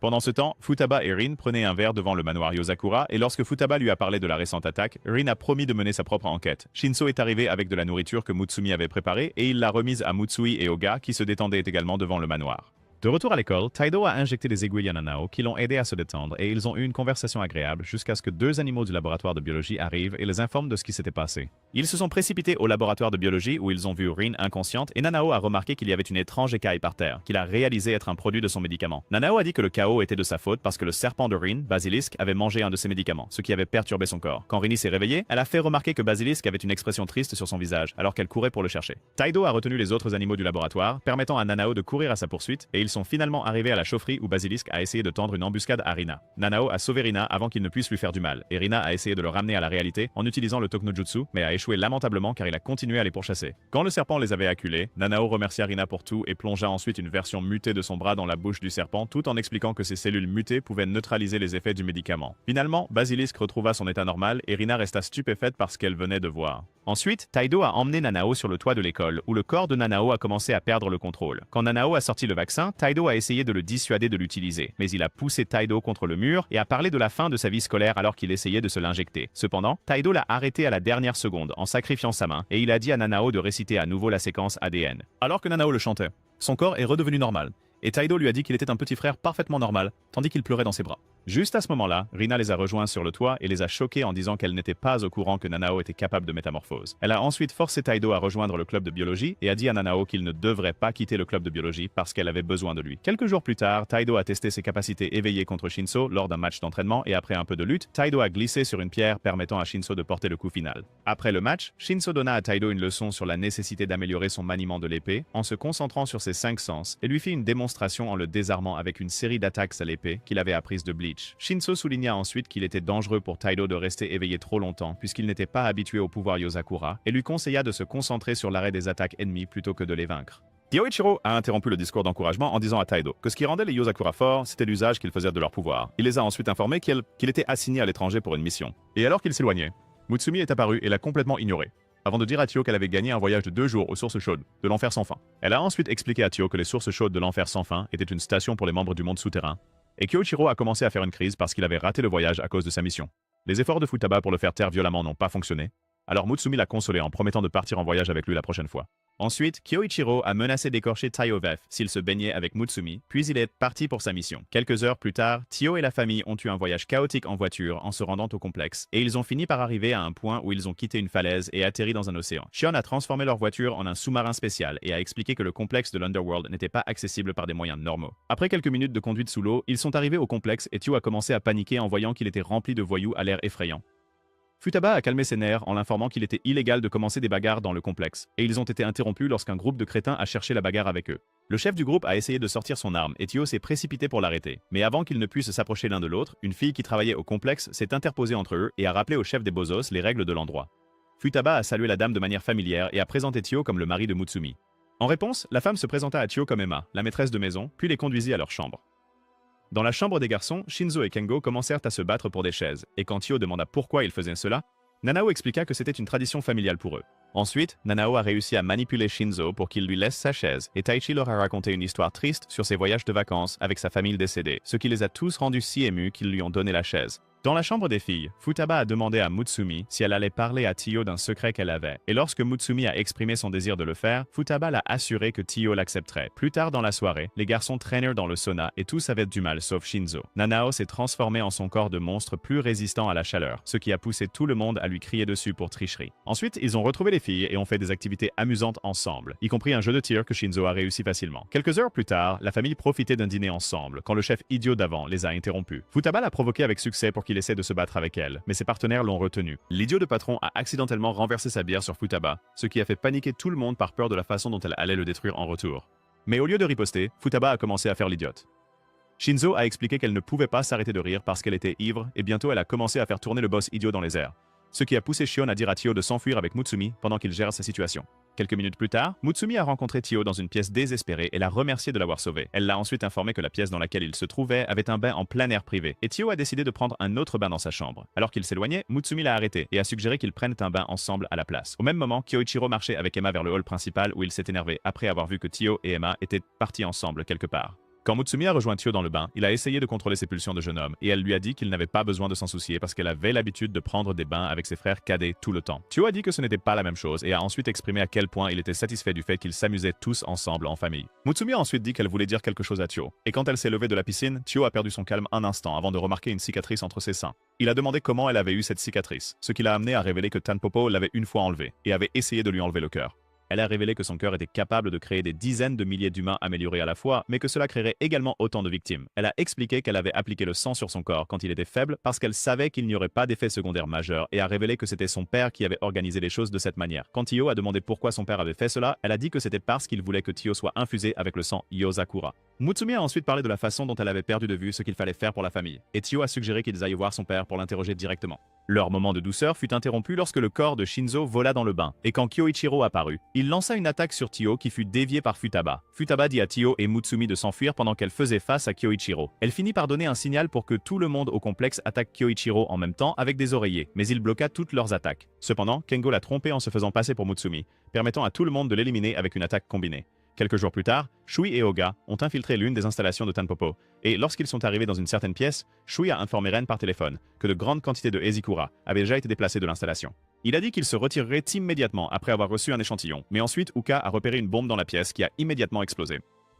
Pendant ce temps, Makoto a fini d'extraire des informations d'un ordinateur et il est sorti pour admirer la fumée du bâtiment qui venait d'exploser. Yuka et Shui ont réussi à survivre à l'explosion, mais cela leur a fait réaliser que la plupart des informations qu'ils avaient sur Tanpopo étaient obsolètes. Makoto a rencontré dans une forêt une dame aux cheveux blancs qui admirait une fleur et il lui a dit qu'il était temps pour eux d'aller rencontrer quelqu'un d'important. De retour au manoir Yozakura, Mutsumi se versa du thé tout en se remémorant un événement tragique de son passé, et Goliath vint la réconforter. Alors elle le prit dans ses bras et commença à le caresser. À ce moment-là, Ayaka est entrée dans la pièce, l'air stressé, et elle a informé Mutsumi que la plupart de ses efforts de collecte d'informations avec Shion avaient jusqu'à présent mené à des impasses. Cependant, elles ont découvert que Tanpopo transportait régulièrement de grandes quantités de Ezikura.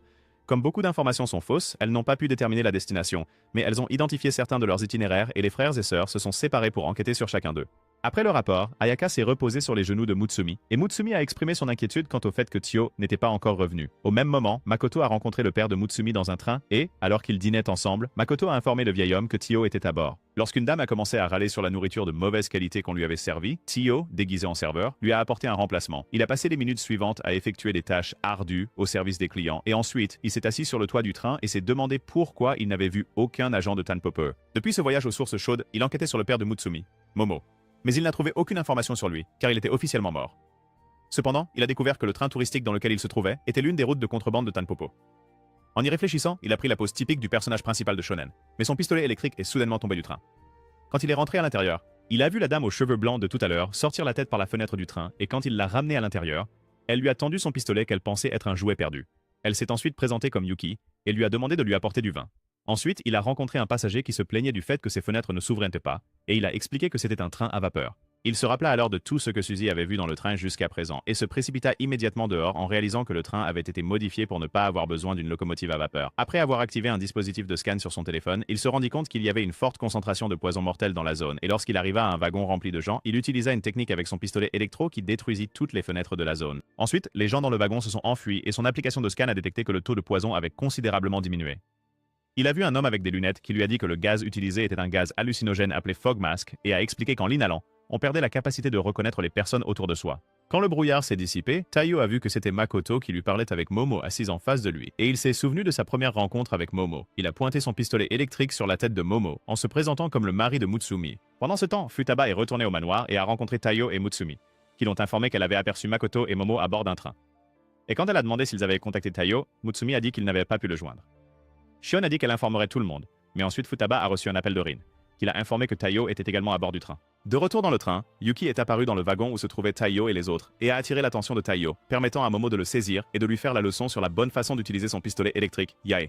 Taiyo s'est libéré de son emprise et a essayé de faire sauter la cervelle du vieux bonhomme. Mais il a été arrêté par Yuki, qui l'a enveloppé avec ses longs cheveux. Yuki a ensuite fait tomber son arme de sa main et Makoto l'a réintroduite comme Hakuja, une femme qui était 100% compatible avec Hazakura. Makoto a ensuite révélé qu'il avait diffusé un tas de fausses informations pour détourner les autres Yozakura ailleurs, afin de pouvoir attirer Taiyo dans ce train. En partant, Momo a dit à Taiyo que le sang de Mutsumi qui coulait en lui montrerait le chemin, puis il a rejoint Makoto dans un autre wagon. Hakuja a détaché le wagon dans lequel il se trouvait, leur permettant de s'échapper pendant qu'elle enveloppait Taiyo dans ses cheveux. Taiyo s'est libéré de ses cheveux et a esquivé plusieurs attaques qu'elle lui lançait, mais avant qu'il ne puisse porter l'une de ses propres attaques, Hakuja l'a projeté contre le mur. Elle a ensuite expliqué que ses cheveux utilisent un composant synthétisé du sang Yozakura, appelé parasuminin comme catalyseur, pour déplacer ses mèches de cheveux à 100% d'efficacité, et a affirmé qu'il n'avait aucune chance contre elle parce qu'il était inexpérimenté. Quand Taiyo a pointé Yae vers elle lui a raconté comment elle était autrefois si maladive qu'elle pouvait à peine marcher jusqu'à ce que le Hazakura la sauve, et a révélé qu'elle mourrait bientôt d'une mort terrible. Quand Taiyo a demandé pourquoi elle utilisait le médicament, elle a dit que c'était parce qu'elle désirait fortement vivre, et lui a ensuite dit qu'il devait l'arrêter elle et le train, sinon Tanpopo finirait par tout avaler, y compris Mutsumi. Elle l'attaqua alors de nouveau sans relâche, mais Taiyo esquiva tous ses coups de cheveux avant de préparer une explosion surpuissante. Cependant, Hakuja bloqua l'explosion avec ses cheveux et révéla que ses cheveux bloquent l'électricité. Taiyo déclara alors qu'il la forcerait à passer et transforma Yae en une épée électrique qu'il nomma Rein. Taiyo réalisa que si Tanpopo continuait à devenir plus puissant, ils finiraient par mettre la main sur Mutsumi. Alors il décida de les arrêter là en chargeant son épée. Juste à ce moment-là, Hakuja lança une attaque spéciale avec ses cheveux sur lui, mais il la trancha en utilisant une technique d'épée ultra rapide et il essaya de l'assommer, mais elle le bloqua avec une autre énorme attaque de cheveux. Elle lui dit que ses cheveux continueraient à pousser peu importe combien il les tranchait. Puis a utilisé une attaque spéciale qui a transformé ses cheveux en python. Taiyo a bloqué l'attaque et, alors qu'il luttait avec ses cheveux, il a entendu un message secret qu'elle lui a envoyé en utilisant les cheveux où elle a révélé que la mort de sa famille était de sa faute. Elle a révélé qu'il y a plus de 10 ans, son plus grand souhait était de vivre et elle a commencé à raconter les événements qui se sont déroulés à cette époque. À l'époque, les parents de Taiyo lui ont rendu visite sur son lit d'hôpital et lui ont offert une paire de boucles d'oreilles en forme de soleil comme cadeau d'anniversaire avant de lui révéler qu'elle serait bientôt sortie. Makoto les a rejoints dans la chambre peu après et après le départ des parents de Taiyo, il a dit à Yuka que les boucles d'oreilles qu'il lui avait données faisaient penser qu'ils étaient une vraie famille. Le jour où Yuki a été libéré, les parents de Taiyo lui ont dit quelques mots réconfortants et lorsqu'elle a rencontré Makoto à une date ultérieure, il lui a montré un tas de cadavres qu'il a dit être des personnes qu'il avait injectées avec Hazakura. Il a affirmé que le Hazakura complétait les effets de sa maladie, ce qui faisait d'elle la seule à avoir survécu avec une compatibilité de 100%. Il a ensuite affirmé que ce n'était pas une organisation maléfique parce qu'ils offrirent le salut à des gens comme elle. Et quand elle a demandé des nouvelles des Asano, Makoto a dit qu'il s'était assuré qu'ils meurent en tant que personne qui ne savait rien. Alors qu'elle pleurait, il a expliqué qu'il avait éliminé ceux qui étaient impliqués dans l'expérience pour qu'aucune preuve ne soit laissée derrière et l'a ensuite accueilli à Tanpopo avant de lui donner le nom de Hakuja. De retour au présent, Taiyo a chargé Yuki et elle lui a montré les boucles d'oreilles que ses parents lui avaient données tout en révélant qu'elles avaient été équipées d'un GPS pour surveiller ses mouvements, impliquant qu'il pouvait les utiliser pour suivre les agents de Tanpopo. Lorsqu'elle a commencé à cracher du sang, elle s'est résignée à son sort et a utilisé une énorme attaque de cheveux pour éjecter Taiyo du train. Dans les airs, Taiyo se souvenait de la gentillesse de sa famille et il se rappelait aussi à quel point il était dévasté de ne pas avoir pu les sauver. Il avait l'impression de perdre constamment les personnes qu'il aimait parce qu'il était faible et, alors qu'il réfléchissait, Yuki le rejoignit sur le toit du train et l'informa que ses camarades recevraient bientôt l'ordre Hazakura qu'il visait. Taiyo se précipita soudainement sur elle avec intensité et Yuki réussit à bloquer. Makoto s'est enthousiasmé parce qu'il avait l'impression d'assister au véritable pouvoir de Yozakura. Mais Momo lui a dit que Taiyo perdait simplement le contrôle du Semanin à cause de ses fortes émotions. Il a ensuite expliqué à Makoto que le Semanin augmentait ou diminuait en fonction des émotions de l'utilisateur, ce qui le rendait puissant mais aussi plus dangereux que le Hazakura. Il a ensuite prédit que Taiyo mourrait bientôt parce que son corps ne pouvait pas encore supporter ce niveau de puissance et Yuki l'a rapidement attaché à nouveau avec ses cheveux. Taiyo a ensuite eu un flashback d'un moment où Mutsumi prenait soin de lui, ce qui lui a donné la motivation nécessaire pour se libérer de son emprise. Taiyo s'est ensuite entaillé la jambe pour ajuster l'accumulation excessive de Semanin dans son système.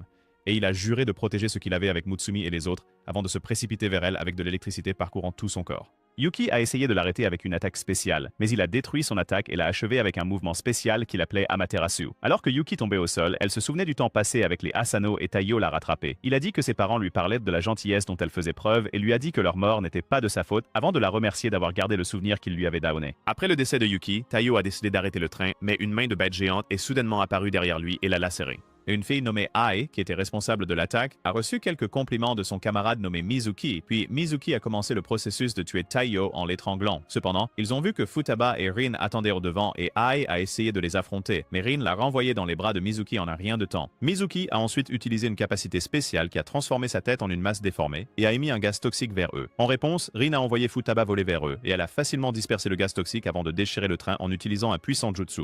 Ensuite, ils ont récupéré le corps de Taiyo et sont retournés ensemble au manoir en volant. Quelque temps plus tard, Makoto jouait aux cartes avec Ai et se détendait avec le reste de l'équipe Tanpopo lorsqu'ils ont été rejoints par d'autres membres, y compris Onuma et Akai. Anuma a utilisé ses pouvoirs de neige pour jouer avec A, tandis qu'un autre membre nommé Kacha utilisait la langue des signes pour parler à Makoto. Makoto a ensuite annoncé qu'ils allaient organiser une fête et Momo s'est assise dans le coin en regardant une carte qui avait une icône de Mutsumi dessus. De retour au manoir Yozakura, Rin informa la famille que la cachette de Tanpopo se trouvait sur un endroit appelé l'île Skeleton, à environ 30 km du continent. Elle révéla qu'il s'agissait autrefois d'un village de pêcheurs et qu'il avait accueilli une base militaire pendant la Première Guerre mondiale, mais précisa qu'il était actuellement désert. Elle dit qu'elle avait découvert cela après avoir analysé les données de la boucle d'oreille de Yuki et révéla qu'ils avaient un énorme stock de Hazakura sur l'île Skeleton. Rin a terminé son briefing en annonçant qu'ils attaqueraient cette cachette dans une semaine et Kyoichiro a souligné que ce serait une mission conjointe entre Yozakura et Hinagiku.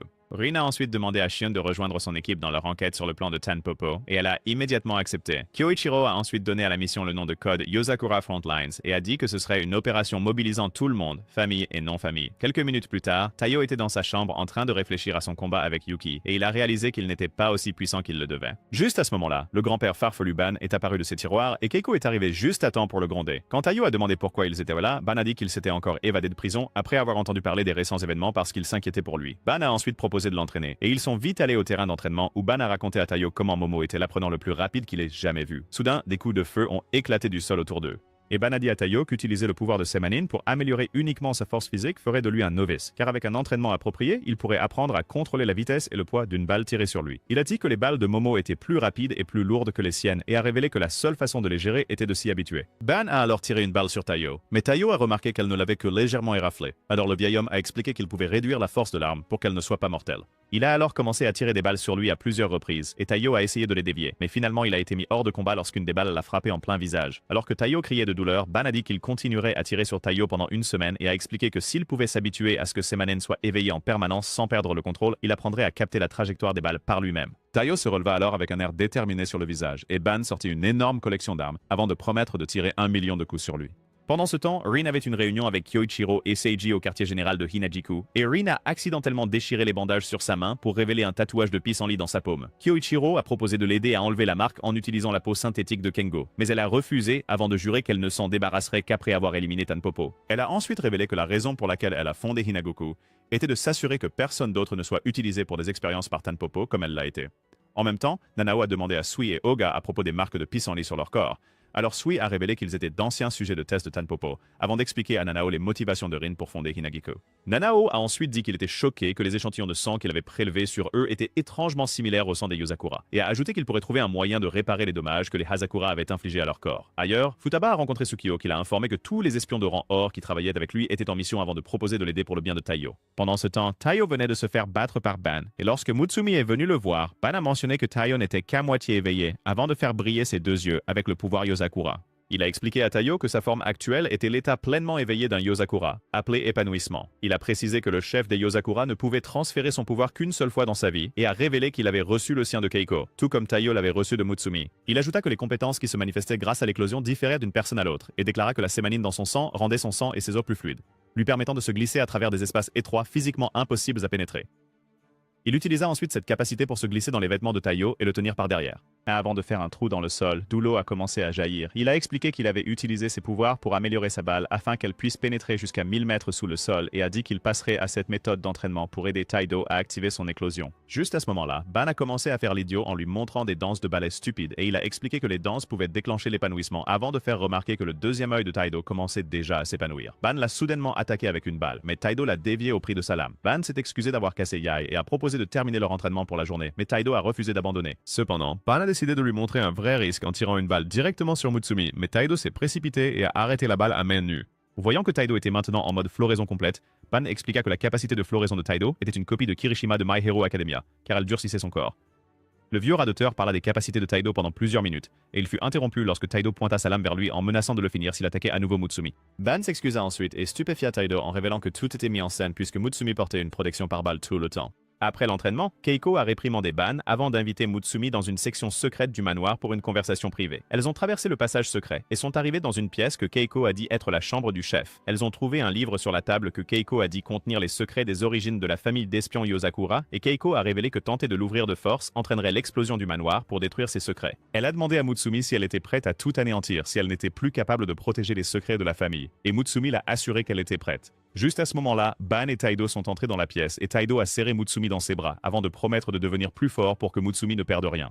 Quelque temps plus tard, ils ont organisé une fête pour admirer les cerisiers en fleurs où tout le monde a apprécié le délicieux repas de Mutsumi en campant dans une forêt à l'extérieur du manoir, et pendant qu'ils s'amusaient, Taido a pensé à comment l'invasion conjointe de Tanpopo commencerait le lendemain. Lorsque Taido a regardé un cerisier en face de lui, sa floraison s'est activée et Keiko a expliqué que l'arbre qu'il regardait était un arbre sacré de la famille Yozakura nommé Tanu. Lorsqu'elle a placé un pétale de fleur sur sa main, il a brillé, et elle a dit que la raison pour laquelle il résonnait si facilement avec lui était parce que son contrôle sur son épanouissement était encore faible. Elle a révélé que l'arbre existait depuis le premier chef de la famille Yozakura et a ajouté qu'il avait une légère quantité d'invocations qui le traversaient, ce qui le rendait capable de guérir les Yozakura. C'est pourquoi c'était la tradition de la famille Yozakura de se rassembler là avant les événements importants. Après son explication, Keiko a offert de la nourriture spéciale à Taido, mais avant qu'il ne puisse la manger, Ban s'est précipité pour les attraper, ce qui a fait tomber Taido dans les bras de Tsuchiyo. Tsuchiyo a alors commencé à faire des mouvements amusants en offrant à Taido un repas qu'il avait préparé pour lui, mais Ayaka les a interrompus en lançant une épingle entre eux. Ayaka et Tsuchiyo ont ensuite eu une confrontation pour savoir qui pouvait le plus idolâtrer Taido, et les choses ont dégénéré encore plus lorsque Suiban et Kyoichiro se sont mêlés à la situation. Ils ont tous offert à Taido un peu de leur repas, et Taido était initialement indécis sur lequel essayer. Mais il a fini par tout mettre dans sa bouche, avant de dire qu'ils étaient tous délicieux. Pendant ce temps, Makoto faisait sa propre petite fête avec l'équipe Tanpopo, et il les a informés qu'il lançait son plan maître nommé Projet de Semis le lendemain. Quand l'un d'eux a demandé ce qu'il ferait si les Yozakura attaquaient, Makoto a dit que ce ne serait pas un problème, puisqu'ils ne pouvaient pas atteindre l'île déserte.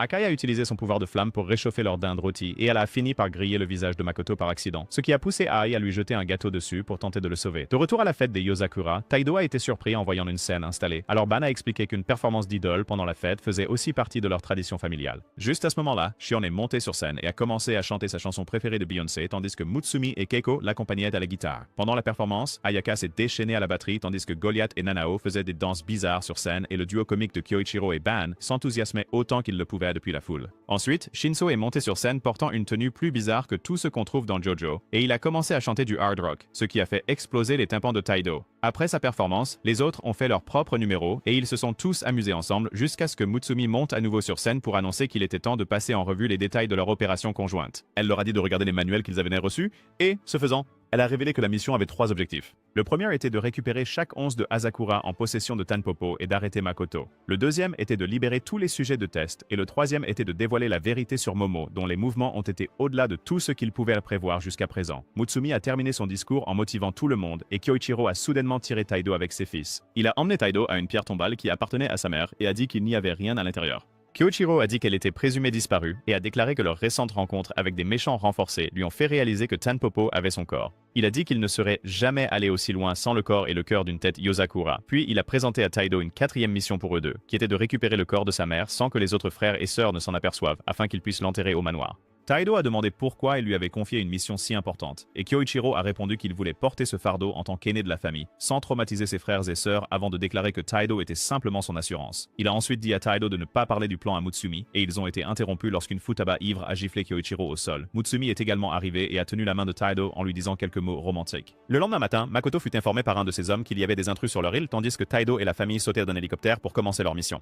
Quand Shinso demanda comment leurs informations avaient été divulguées, Momo dit que c'était Yuki qui lui avait envoyé des messages codés en utilisant ses cheveux. Pendant ce temps, Shion a expliqué à quel point la structure de la cachette de Tanpopo était compliquée, et soudain elle a été exclue de leur système. Taido et le reste de l'équipe ont foncé vers la cachette en chevauchant Goliath, et à l'entrée, ils ont vu Akai les attendre. Akai a créé une main de flamme géante pour les arrêter, et en réponse, Futaba a sauté de Goliath et a utilisé sa manipulation pour transformer la main en une tornade de flammes qui a frappé Akai ainsi que l'entrée. Taido et l'équipe se sont précipités dans l'installation et ont facilement éliminé quelques gardes de sécurité qui se trouvaient sur leur chemin. Shion a dit à Kengo et Nanao de se concentrer sur le sauvetage des sujets de test, tandis que Kyoichiro, Shinso et Taido continuaient à avancer vers le centre nerveux.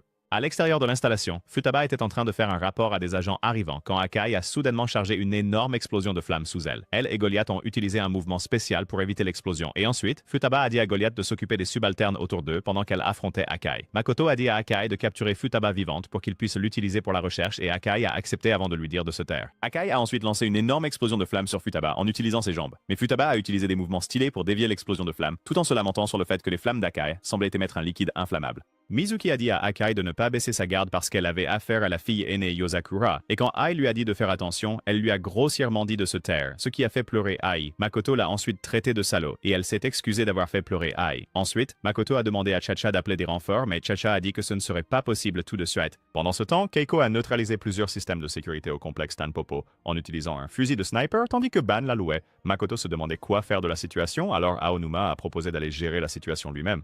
Quand Ai est venu convaincre Aonuma de rester, il l'a assuré qu'il irait bien.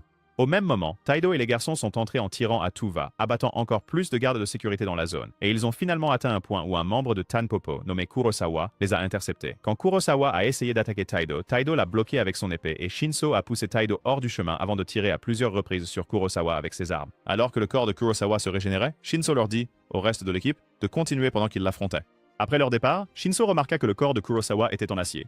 Et, sachant que ses balles ne pouvaient pas le percer, il passa son arsenal en mode laser. À l'extérieur de l'installation, Futaba dit à Akai de se rendre puisque leur seule cible était Makoto. Mais Akai répondit qu'elle n'avait absolument rien à perdre avant de passer en mode Super Saiyan.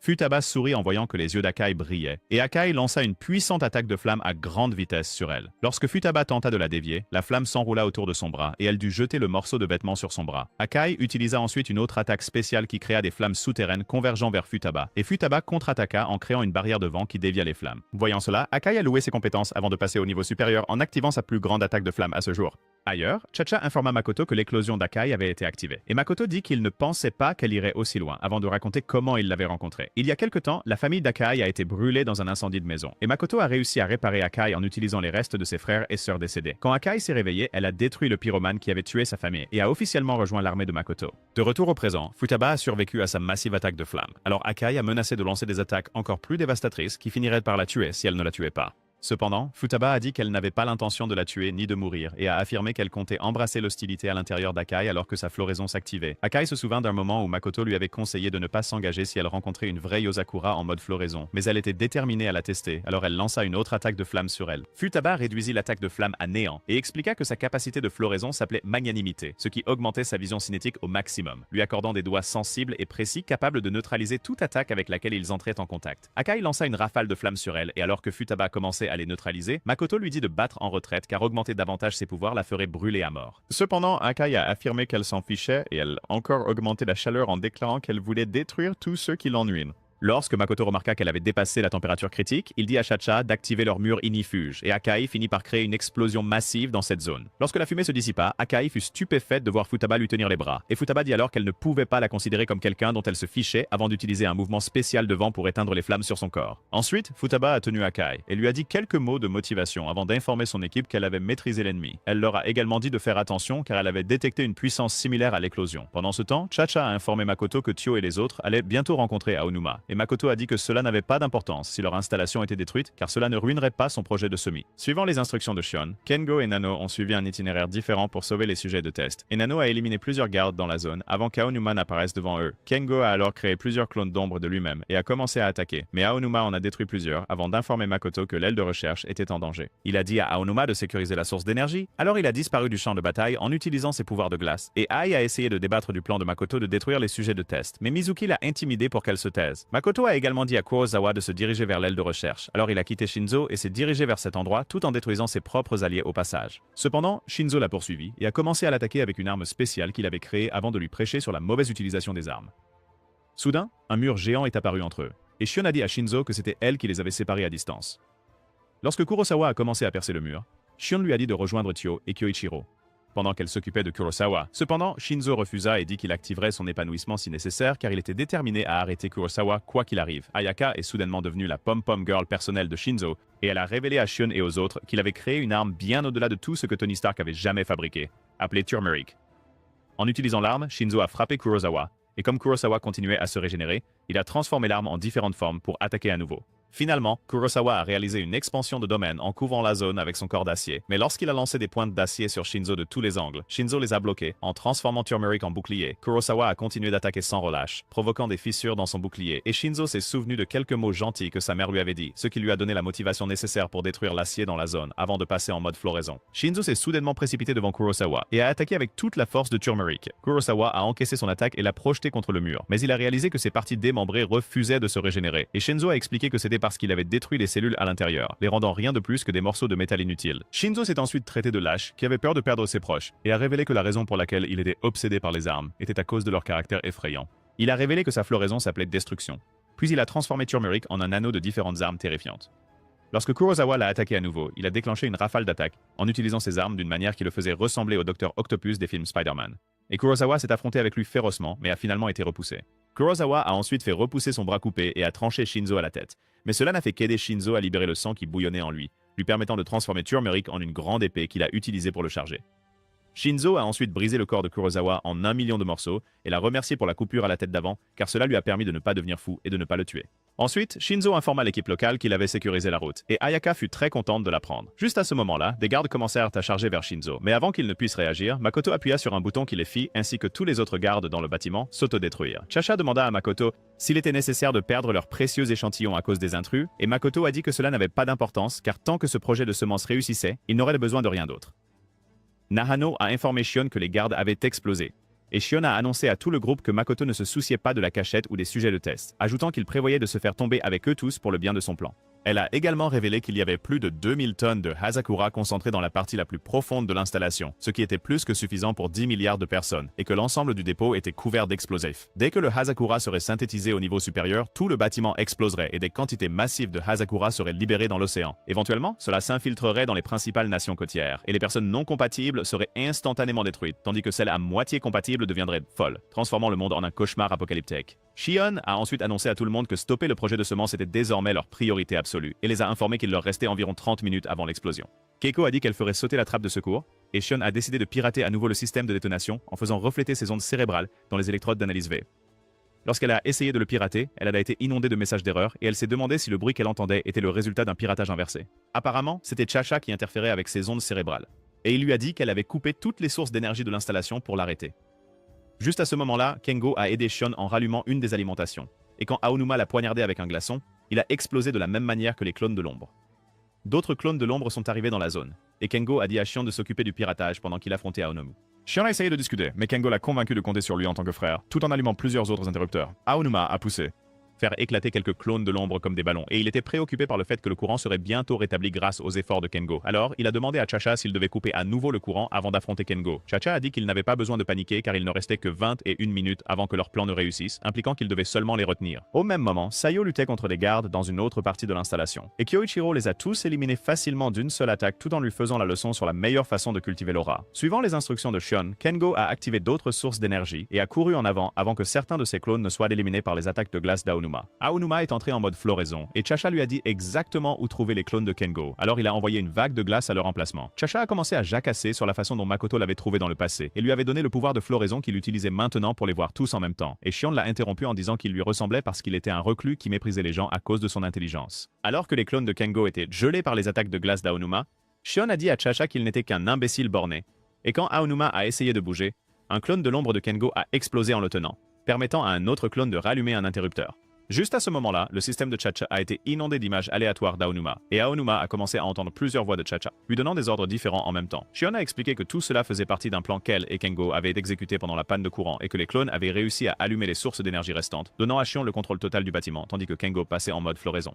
Kengo a révélé à Aonuma que son pouvoir lui permettait de se transformer en d'autres personnes, et il l'a démontré en transformant ses yeux en ceux d'Aonuma. Il a ensuite énoncé toutes les informations personnelles d'Aonuma, et Aonuma a eu l'impression qu'il l'avait googlé jusqu'à ce que Kengo mentionne que sa veste était un souvenir de sa grand-mère, Hako. Il a ensuite raconté comment les parents d'Aonuma l'ont abandonné, le laissant aux soins de sa grand-mère qui vivait dans la pauvreté avec lui jusqu'au jour de son décès. Avant qu'il ne puisse continuer l'histoire, Aonuma l'a plaqué au sol avec colère en lui criant de se taire, mais Kengo l'a calmé en lui rappelant comment sa grand-mère le réchauffait. Aonuma a alors dissipé la glace qui le recouvrait et a dit à Chacha qu'il ne pouvait plus se battre. Juste à ce moment-là, Chacha remarqua qu'il était observé et Shion révéla que son pouvoir en pleine floraison, nommé Analysation, lui permettait de prendre le contrôle total du système de l'installation comme un super ordinateur. Puis elle fit exploser la pièce où Chacha opérait. Ensuite, Shion informa Sayo et Kyoichiro qu'elle avait pris le contrôle du système de défense et relançait maintenant leur mission. Pendant ce temps, Kyoichiro et Sayo sont arrivés à la porte de la partie la plus profonde de la cachette et il a dit à Shion qu'ils donnèrent la priorité à la capture de Makoto. Kyoichiro et Sayo ont utilisé une attaque combinée pour détruire la porte et de l'autre côté, ils ont vu Makoto qui a remercié Sayo de s'occuper de Hakuja. Kyoichiro a dit à Sayo de ne pas mordre à l'hameçon car tout dommage infligé à Makoto ferait exploser l'ensemble de l'installation. Et Makoto a dit qu'il se fichait de mourir tant que le projet de semi fonctionnait. Il a révélé qu'il avait mis en place un autre moyen de dissuasion au cas où il échouerait et leur a montré une vidéo en temps réel de Nano, ce qui a inquiété Sayo pour lui. Pendant ce temps, Nano a conduit les sujets de test hors du laboratoire, puis il a été pris en embuscade par Ai avant que Mizuki n'arrive sur les lieux. Mizuki exhibait son apparence horrifique tout en se moquant de Nanao que sa mission échouerait, et Nanao a remarqué qu'il émettait du gaz soporifique partout dans la zone. Mizuki a révélé qu'il avait inondé le passage de gaz soporifique et que les sujets de test qui s'étaient échappés étaient maintenant inconscients, attendant d'être capturés à nouveau. Il a félicité Nanao pour avoir pu neutraliser son gaz toxique, mais a affirmé que c'était inutile, et à ce moment-là, Ai l'a frappé au ventre avant de lui demander de rendre ses amis. Quand Mizuki a demandé à Nanao ce qu'il ferait pour les arrêter, Nanao a mentionné qu'ils étaient aussi des sujets de test et leur a tendu une branche d'olivier en leur proposant de les aider à retrouver leur corps grâce à ses recherches. Il a également promis de les aider à se réintégrer dans la société et Ai a commencé à céder, mais ensuite Mizuki a révélé qu'ils avaient déjà un moyen de retirer le Hazakura de leur corps. Il a affirmé qu'ils ne mourraient pas si la base explosait et a dit qu'ils n'avaient pas de société à laquelle retourner. Mizuki a ensuite révélé que sa famille avait été assassinée par la société lors d'un cas de contamination il y a plus de 10 ans, ce qui a causé la mort non naturelle de plusieurs directeurs de l'entreprise. Lorsque la société de Mizuki a essayé de poursuivre en justice les personnes puissantes responsables, ils ont perdu le procès et ont été critiqués par la presse comme un groupe d'intérêt particulier jouant la carte de la victime pour en tirer profit. Mizuki a affirmé que la société l'avait rejeté, ce qui l'a amené à accepter son destin d'être condamné à mourir à cause de l'infection et finalement c'est Makoto qui l'a sauvé en l'amenant dans Tanpope. Mizuki a alors commencé à utiliser son bras muté pour torturer Nanao et Makoto. A vu que Sayo était inquiet pour Nanao, alors il lui a dit de l'attaquer pour qu'ils meurent tous ensemble et que tout se termine. Sayo reprit son calme et dit à Makoto qu'il n'était pas le seul contre qui il se battait. Juste à ce moment-là, Sue et Oga arrivèrent dans la salle de laboratoire et détruisirent le bras muté de Mizuki. Seiji rejoignit également la bataille avec Rin, Tsukeo et les autres agences avec lesquelles les Hazakura étaient alignés. Et Sayo dit audacieusement à Makoto qu'il faisait face à eux tous. De retour dans la salle de laboratoire, Ei s'est libéré des chaînes d'Oga et a commencé à attaquer le duo Hinajiku tout en leur disant en pleurant de ne pas lui enlever sa maison. Nanao a alors souligné qu'Ei avait de l'ADN de loup implanté en elle avec le pouvoir de Hazakura, faisant d'elle une chimère. Puis il a reçu un appel de Sayo qui lui a demandé s'il allait bien. Nanao a dit qu'il allait bien parce qu'il pouvait maintenant se concentrer sur sa floraison, et il a ensuite dit à Sayo qu'il allait tout finir tout de suite. Nanao est ensuite passé en mode floraison, ce qui a fait apparaître plusieurs orbes lumineuses autour de Mizuki, et Mizuki a remarqué que son niveau de concentration de Hazakura diminuait. Nanao a expliqué que sa capacité de floraison nommée adaptation créa les cellules cristallisées flottant autour d'eux, qui étaient faites de substances d'immunité invoquées. Il a dit que son corps pouvait contrer n'importe quel poison ou environnement avec lequel il entrait en contact, puis il a prêché sur la façon dont Makoto avait privé tous les sujets de test de leur liberté. Il a terminé son discours en disant que l'installation de Makoto ne devrait plus exister parce qu'elle privait les gens de leur capacité à s'adapter, puis il a utilisé son pouvoir de détoxification pour annuler la transformation de Mizuki. Ensuite, Nanao est allé voir Ai qui s'est soudainement effondré pendant son combat avec le duo Hinajiku et ils ont remarqué qu'elle était sur le point de mourir parce qu'elle ne pouvait pas supporter le choc hyperactif du Hazakura. Nanao est alors entré à nouveau en mode floraison en essayant de la sauver, mais il a remarqué que cela ne fonctionnait pas et Mizuki a expliqué que cela ne fonctionnerait pas parce que l'invocation submergeait son corps. Il a alors proposé de la sauver en injectant tout son para-invocation en elle et, ce faisant, Namino lui a rappelé que son corps actuel dépendait de Hazakura. Mizuki leur a dit qu'Ai ressemblait à sa fille décédée et a raconté ses expériences avec Ai alors que son corps se désintégrait. Ai s'est soudainement réveillé, les larmes aux yeux, en suppliant Mizuki de ne pas mourir, mais finalement il s'est transformé en poussière, la laissant émotionnellement détruite. Pendant ce temps, Makoto traita Mizuki d'imbécile pour s'être sacrifié pour Ai, et à ce moment-là, Shion informa Sayo qu'elle avait coupé le lien entre le système de détonation et Makoto lui-même, ce qui signifiait que Sayo pouvait lui faire sauter la tête s'il le voulait. Sayo transforma immédiatement Ai en un énorme pistolet qu'il utilisa pour lancer une puissante attaque de foudre sur Makoto. Mais Makoto résista d'une manière ou d'une autre à cette attaque. Makoto a essayé d'activer quelque chose avec son téléphone, mais Kyoichiro lui a tranché le bras avant qu'il ne puisse le faire et lui a coupé la tête immédiatement après.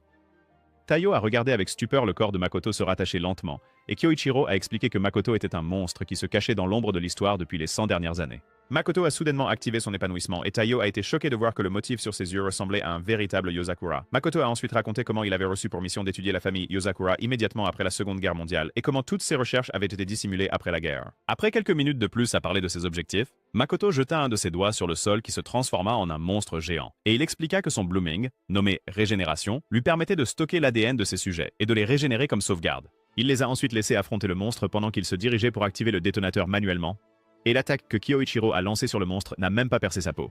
Kyoichiro a ensuite enroulé ses fils autour de Taiyo, tandis que Taiyo chargeait le monstre et le détruisait en utilisant une attaque blooming surchargée avec son épée. Alors que Taiyo courait en avant, il a dit à Shifune qu'il était sur le point de pénétrer dans la salle la plus profonde de l'installation, et, en réponse, elle l'a informé qu'elle allait désactiver le système de détonation dans les 5 prochaines minutes. Elle lui a ensuite dit de briser les réservoirs à l'intérieur de la salle après 5 minutes. Alors Taiyo a réglé son chronomètre sur un compte à rebours de 5 minutes. À l'intérieur de la salle profonde, Makoto était sur le point d'appuyer sur le détonateur lorsque Taiyo est arrivé, et l'a plaqué au sol. Taiyo était en mode blooming complet et il a dit à Makoto d'abandonner, mais Makoto l'a poignardé dans le ventre avec des pointes de son corps et l'a informé qu'il avait percé ses organes vitaux avec des lames empoisonnées. Makoto a également révélé qu'une perte de sang massive émousserait ses pouvoirs Yozakura, mais Taiyo l'a interrompu en disant que Shion allait désactiver le système de détonation d'une seconde à l'autre, ajoutant que sa mission était de le retenir.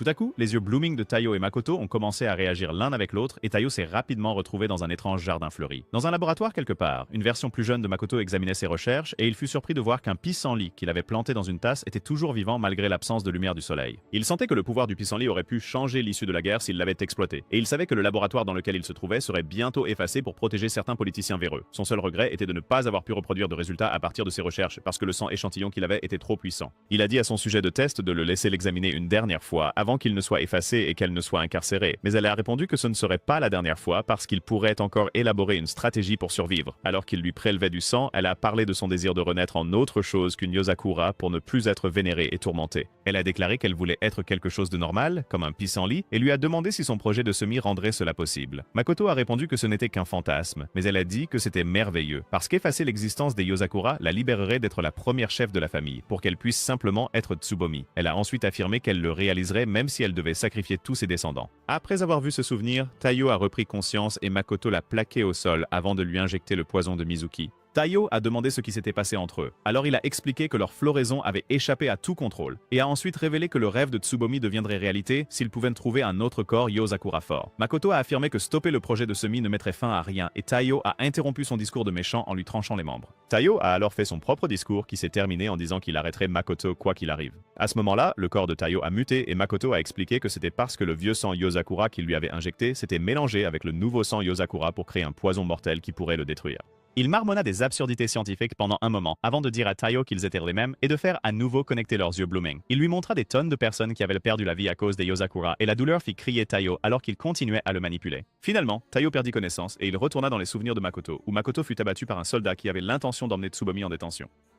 Avant que les soldats ne puissent partir avec Tsubomi, Makoto fit exploser le laboratoire, et ensuite Tsubomi lui demanda pourquoi il l'avait libéré au prix de sa propre vie. Il lui a dit qu'il avait grandi sur cette île où tout le monde avait été décimé par la grippe espagnole et qu'il était devenu médecin, obligé de se débarrasser de nombreuses personnes. Il a affirmé que Tsubomi était différente des autres humains parce qu'elle était une mutation, ce qui signifiait qu'elle jouerait un rôle important dans l'avenir. Elle a ensuite dit qu'elle voulait qu'il vienne avec elle et elle lui a injecté du sang Yozakura avant de lui demander de lui montrer l'avenir qu'il avait l'intention de créer. De retour au présent, Taiyo était allongé par terre, impuissant, tandis que Makoto cultivait son aura et il pensait à tout ce qu'il avait traversé jusqu'à présent, ce qui fit briller son anneau. Dans l'hélicoptère, l'anneau de Mutsumi brillait aussi, alors elle pria pour que Taiyo réussisse. Quand Makoto s'approcha pour porter le coup final à Taiyo, le vierge aux cheveux rouges fut énergisé par son anneau, lui permettant d'arrêter l'attaque en plein vol. Taiyo réalisa que Mutsumi l'aidait à survivre comme elle l'avait toujours su, et il lui en fut reconnaissant. Quand Makoto l'attaqua à nouveau avec ses tentacules, Taiyo détruisit la masse qui le retenait avant de lancer une puissante technique de respiration du tonnerre qui détruisit tous les conteneurs de Hazakura dans l'installation en une fois. Ensuite, Mokuto le plaqua contre le mur et révéla qu'il avait absorbé tout le Hazakura avant qu'il ne soit désactivé. Il a affirmé que le projet de semi serait un succès s'il se faisait exploser en utilisant Blooming et Taiyo est intervenu pour l'arrêter, seulement pour être à nouveau surpassé. Juste à ce moment-là, les frères et sœurs Yozakura ont fait irruption dans la pièce, et Shion leur a dit de détruire la partie de son corps qui stockait le Hazakura, avant qu'il n'explose afin de contrecarrer ses plans.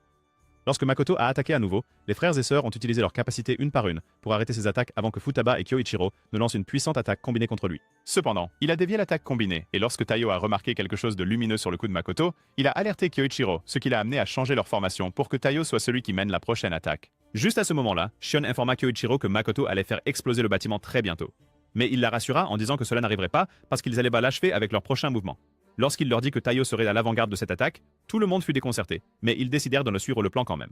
Futaba a lancé Taiyo vers Makoto en utilisant ses pouvoirs de vent, et Makoto a essayé de contrer, mais Kyoichiro a enveloppé Taiyo dans ses fils, lui permettant de déchirer le bras surdimensionné de Makoto avec facilité. Kengo a ensuite fait apparaître plusieurs clones de Taiyo dans la zone et explosé sur le corps de Makoto. Ensuite, Shinzo a fracassé le sol, créant un tas de rochers que Futaba a lancé à plusieurs reprises sur Makoto, en utilisant sa manipulation du vent. Et Makoto a encaissé leur attaque sans se rendre compte que Taiyo avait foré le sol en dessous d'eux pour atteindre la pièce où la mère de Kyoichiro était gardée. Quand Taiyo est arrivé, il a vu des fils brillants qui ont provoqué une douleur immense à son corps lorsqu'il les a touchés. Makoto a révélé que les fils cristallisaient le séménine qui était tissé par le sang Yozakura, puis il a expliqué que le sang Yozakura, qui ne se décomposait jamais même après la mort, était trop puissant pour l'humanité mais pouvait être utilisé comme fondation pour répandre le Hazakura. Il a également révélé qu'il avait son corps lié à celui de la mère de Mutsumi, ce qui signifiait que si les fils étaient coupés, cela arrêterait son approvisionnement en Hazakura et le détruirait. Il a affirmé qu'il était impossible pour les humains de détruire cette structure cristallisée, et même si par hasard un fil était coupé, cela créerait une énorme explosion qui les détruirait. Juste à ce moment-là, Taiyo a saisi les fils et a affirmé qu'il dépasserait ses limites pour Mutsumi en les déchirant. Les fils ont provoqué une explosion, mais cela n'a pas du tout blessé Taiyo grâce à sa capacité de durcissement, et il a porté le corps de la mère de Mutsumi. Shion les a informés que les niveaux de Hazakura de Makoto diminuaient, et le corps de Makoto a commencé à fondre. Alors il a essayé de compléter son plan en faisant exploser son corps. Cependant, Futaba a arrêté sa tentative d'attentat-suicide en utilisant un mouvement spécial qui a scellé l'énergie de l'explosion, permettant à Nono de cristalliser le Hazakura dans son corps pour qu'il ne puisse plus le faire exploser. Kengo a ensuite synchronisé son épanouissement avec celui de Makoto afin de réduire son séménine à 10%, ce qui a créé une ouverture pour que Shinzo l'enveloppe dans son arme. Kyoichiro a ensuite envoyé d'innombrables fils microscopiques à travers le corps de Makoto, et Taiyo l'a achevé avec un puissant coup de foudre inspiré de Thor qui a détruit ses cellules une par une. Pendant qu'il était électrocuté, Makoto a entendu la voix de Tsubomi qui l'a remercié avant de lui dire son dernier adieu. Ensuite, Kyoichiro a annoncé à tout le monde qu'ils avaient capturé Makoto, et Rin a répondu qu'ils avaient réussi à sauver les sujets de test également. Seiji a rapporté que son équipe avait maîtrisé ce qui restait des gardes de Makoto, et Mutsumi a remercié Taiyo en larmes avant de déclarer que leur mission était un succès total. Quelques minutes plus tard, Kyoichiro a rencontré Taiyo dans la pièce où sa mère était retenue, et après avoir remercié Taiyo en silence, Kyoichiro a emporté sa mère. Au même moment, Ban a rejoint Momo sur une plage et lui a dit de remettre le cœur de sa fille qu'il avait contenu dans une boîte qu'il tenait. Momo a dit qu'il ne le ferait pas parce qu'il appartenait à sa femme, Rei, et à lui-même. Cependant, Ban est entré en mode floraison et a pointé une arme sur le visage de son beau-fils Salo. Il a ensuite tiré un coup super puissant que Momo a arrêté à main nue, provoquant une onde de choc massive qui secoua la zone jusqu'à l'île. Momo dit que le tir de Ban était impressionnant parce que sa capacité de floraison nommée Daphné d'hiver ne pouvait pas tout absorber, et ensuite il se transforma en fleurs de cerisier qui s'envolèrent. Le lendemain, Mutsumi écrivit un rapport indiquant que Makoto avait été arrêté, tandis que les membres survivants de son équipe étaient déplacés sous surveillance intense, et ensuite elle rencontra Taiyo près de la tombe de sa mère. Taiyo a mentionné qu'il n'avait rien pu découvrir sur Momo, et il lui a promis qu'il terminerait cette mission un jour. Quelques jours plus tard, Taiyo s'est réveillé sous le choc en voyant Mutsumi en robe de mariée, et Kengo a enlevé les vêtements de nuit de Taiyo pour révéler le smoking qu'il portait en dessous. Taiyo était perplexe, alors Futaba lui a dit qu'il faisait une réception de mariage style Yozakura pour lui et Mutsumi. À la réception, Mutsumi a dit à Taiyo qu'il y avait des gens du monde souterrain dans la foule, et ils ont été bientôt approchés par l'espion actif, le plus âgé nommé Fuma, qui a donné des roses à Taiyo. Quand une lame a jailli des roses, Taiyo a esquivé et Fuma a enlevé son déguisement pour révéler qu'il était en fait Ban. Kyoichiro est apparu vêtu d'un étrange costume de poisson, et il a commencé à harceler Taiyo comme d'habitude avant que la mère de Mutsumi n'apparaisse soudainement sur un écran et lui dise d'arrêter. Ils ont réalisé que c'était une vidéo préenregistrée que Rei avait laissée pour que Mutsumi la regarde le jour de son mariage, et les mots émouvants que Rei avait laissés pour Mutsumi l'ont laissé en larmes. Rei a également laissé un message pour le mari de Mutsumi le remerciant de l'avoir choisi, avant de dire qu'elle comptait sur lui pour s'occuper de sa fille. En entendant cela, Taiyo a attrapé le bras de Mutsumi et a juré de faire de son mieux. Ensuite, Mutsumi a prononcé un discours où elle a remercié les invités d'être venus au mariage, et a promis de tout faire pour protéger la famille Yozakura avant de demander aux invités de les saluer avec une rafale de balles conformément aux traditions de mariage Yozakura. Alors que Taiyo et Mutsumi descendaient l'allée en courant, les invités les ont bombardés de balles et les autres membres de la famille ont utilisé leur pouvoir pour les protéger. Si vous étiez Taiyo, quelle position de chambre choisiriez-vous pour Mutsumi en premier? Faites-le nous savoir dans les commentaires. C'est tout pour la vidéo d'aujourd'hui.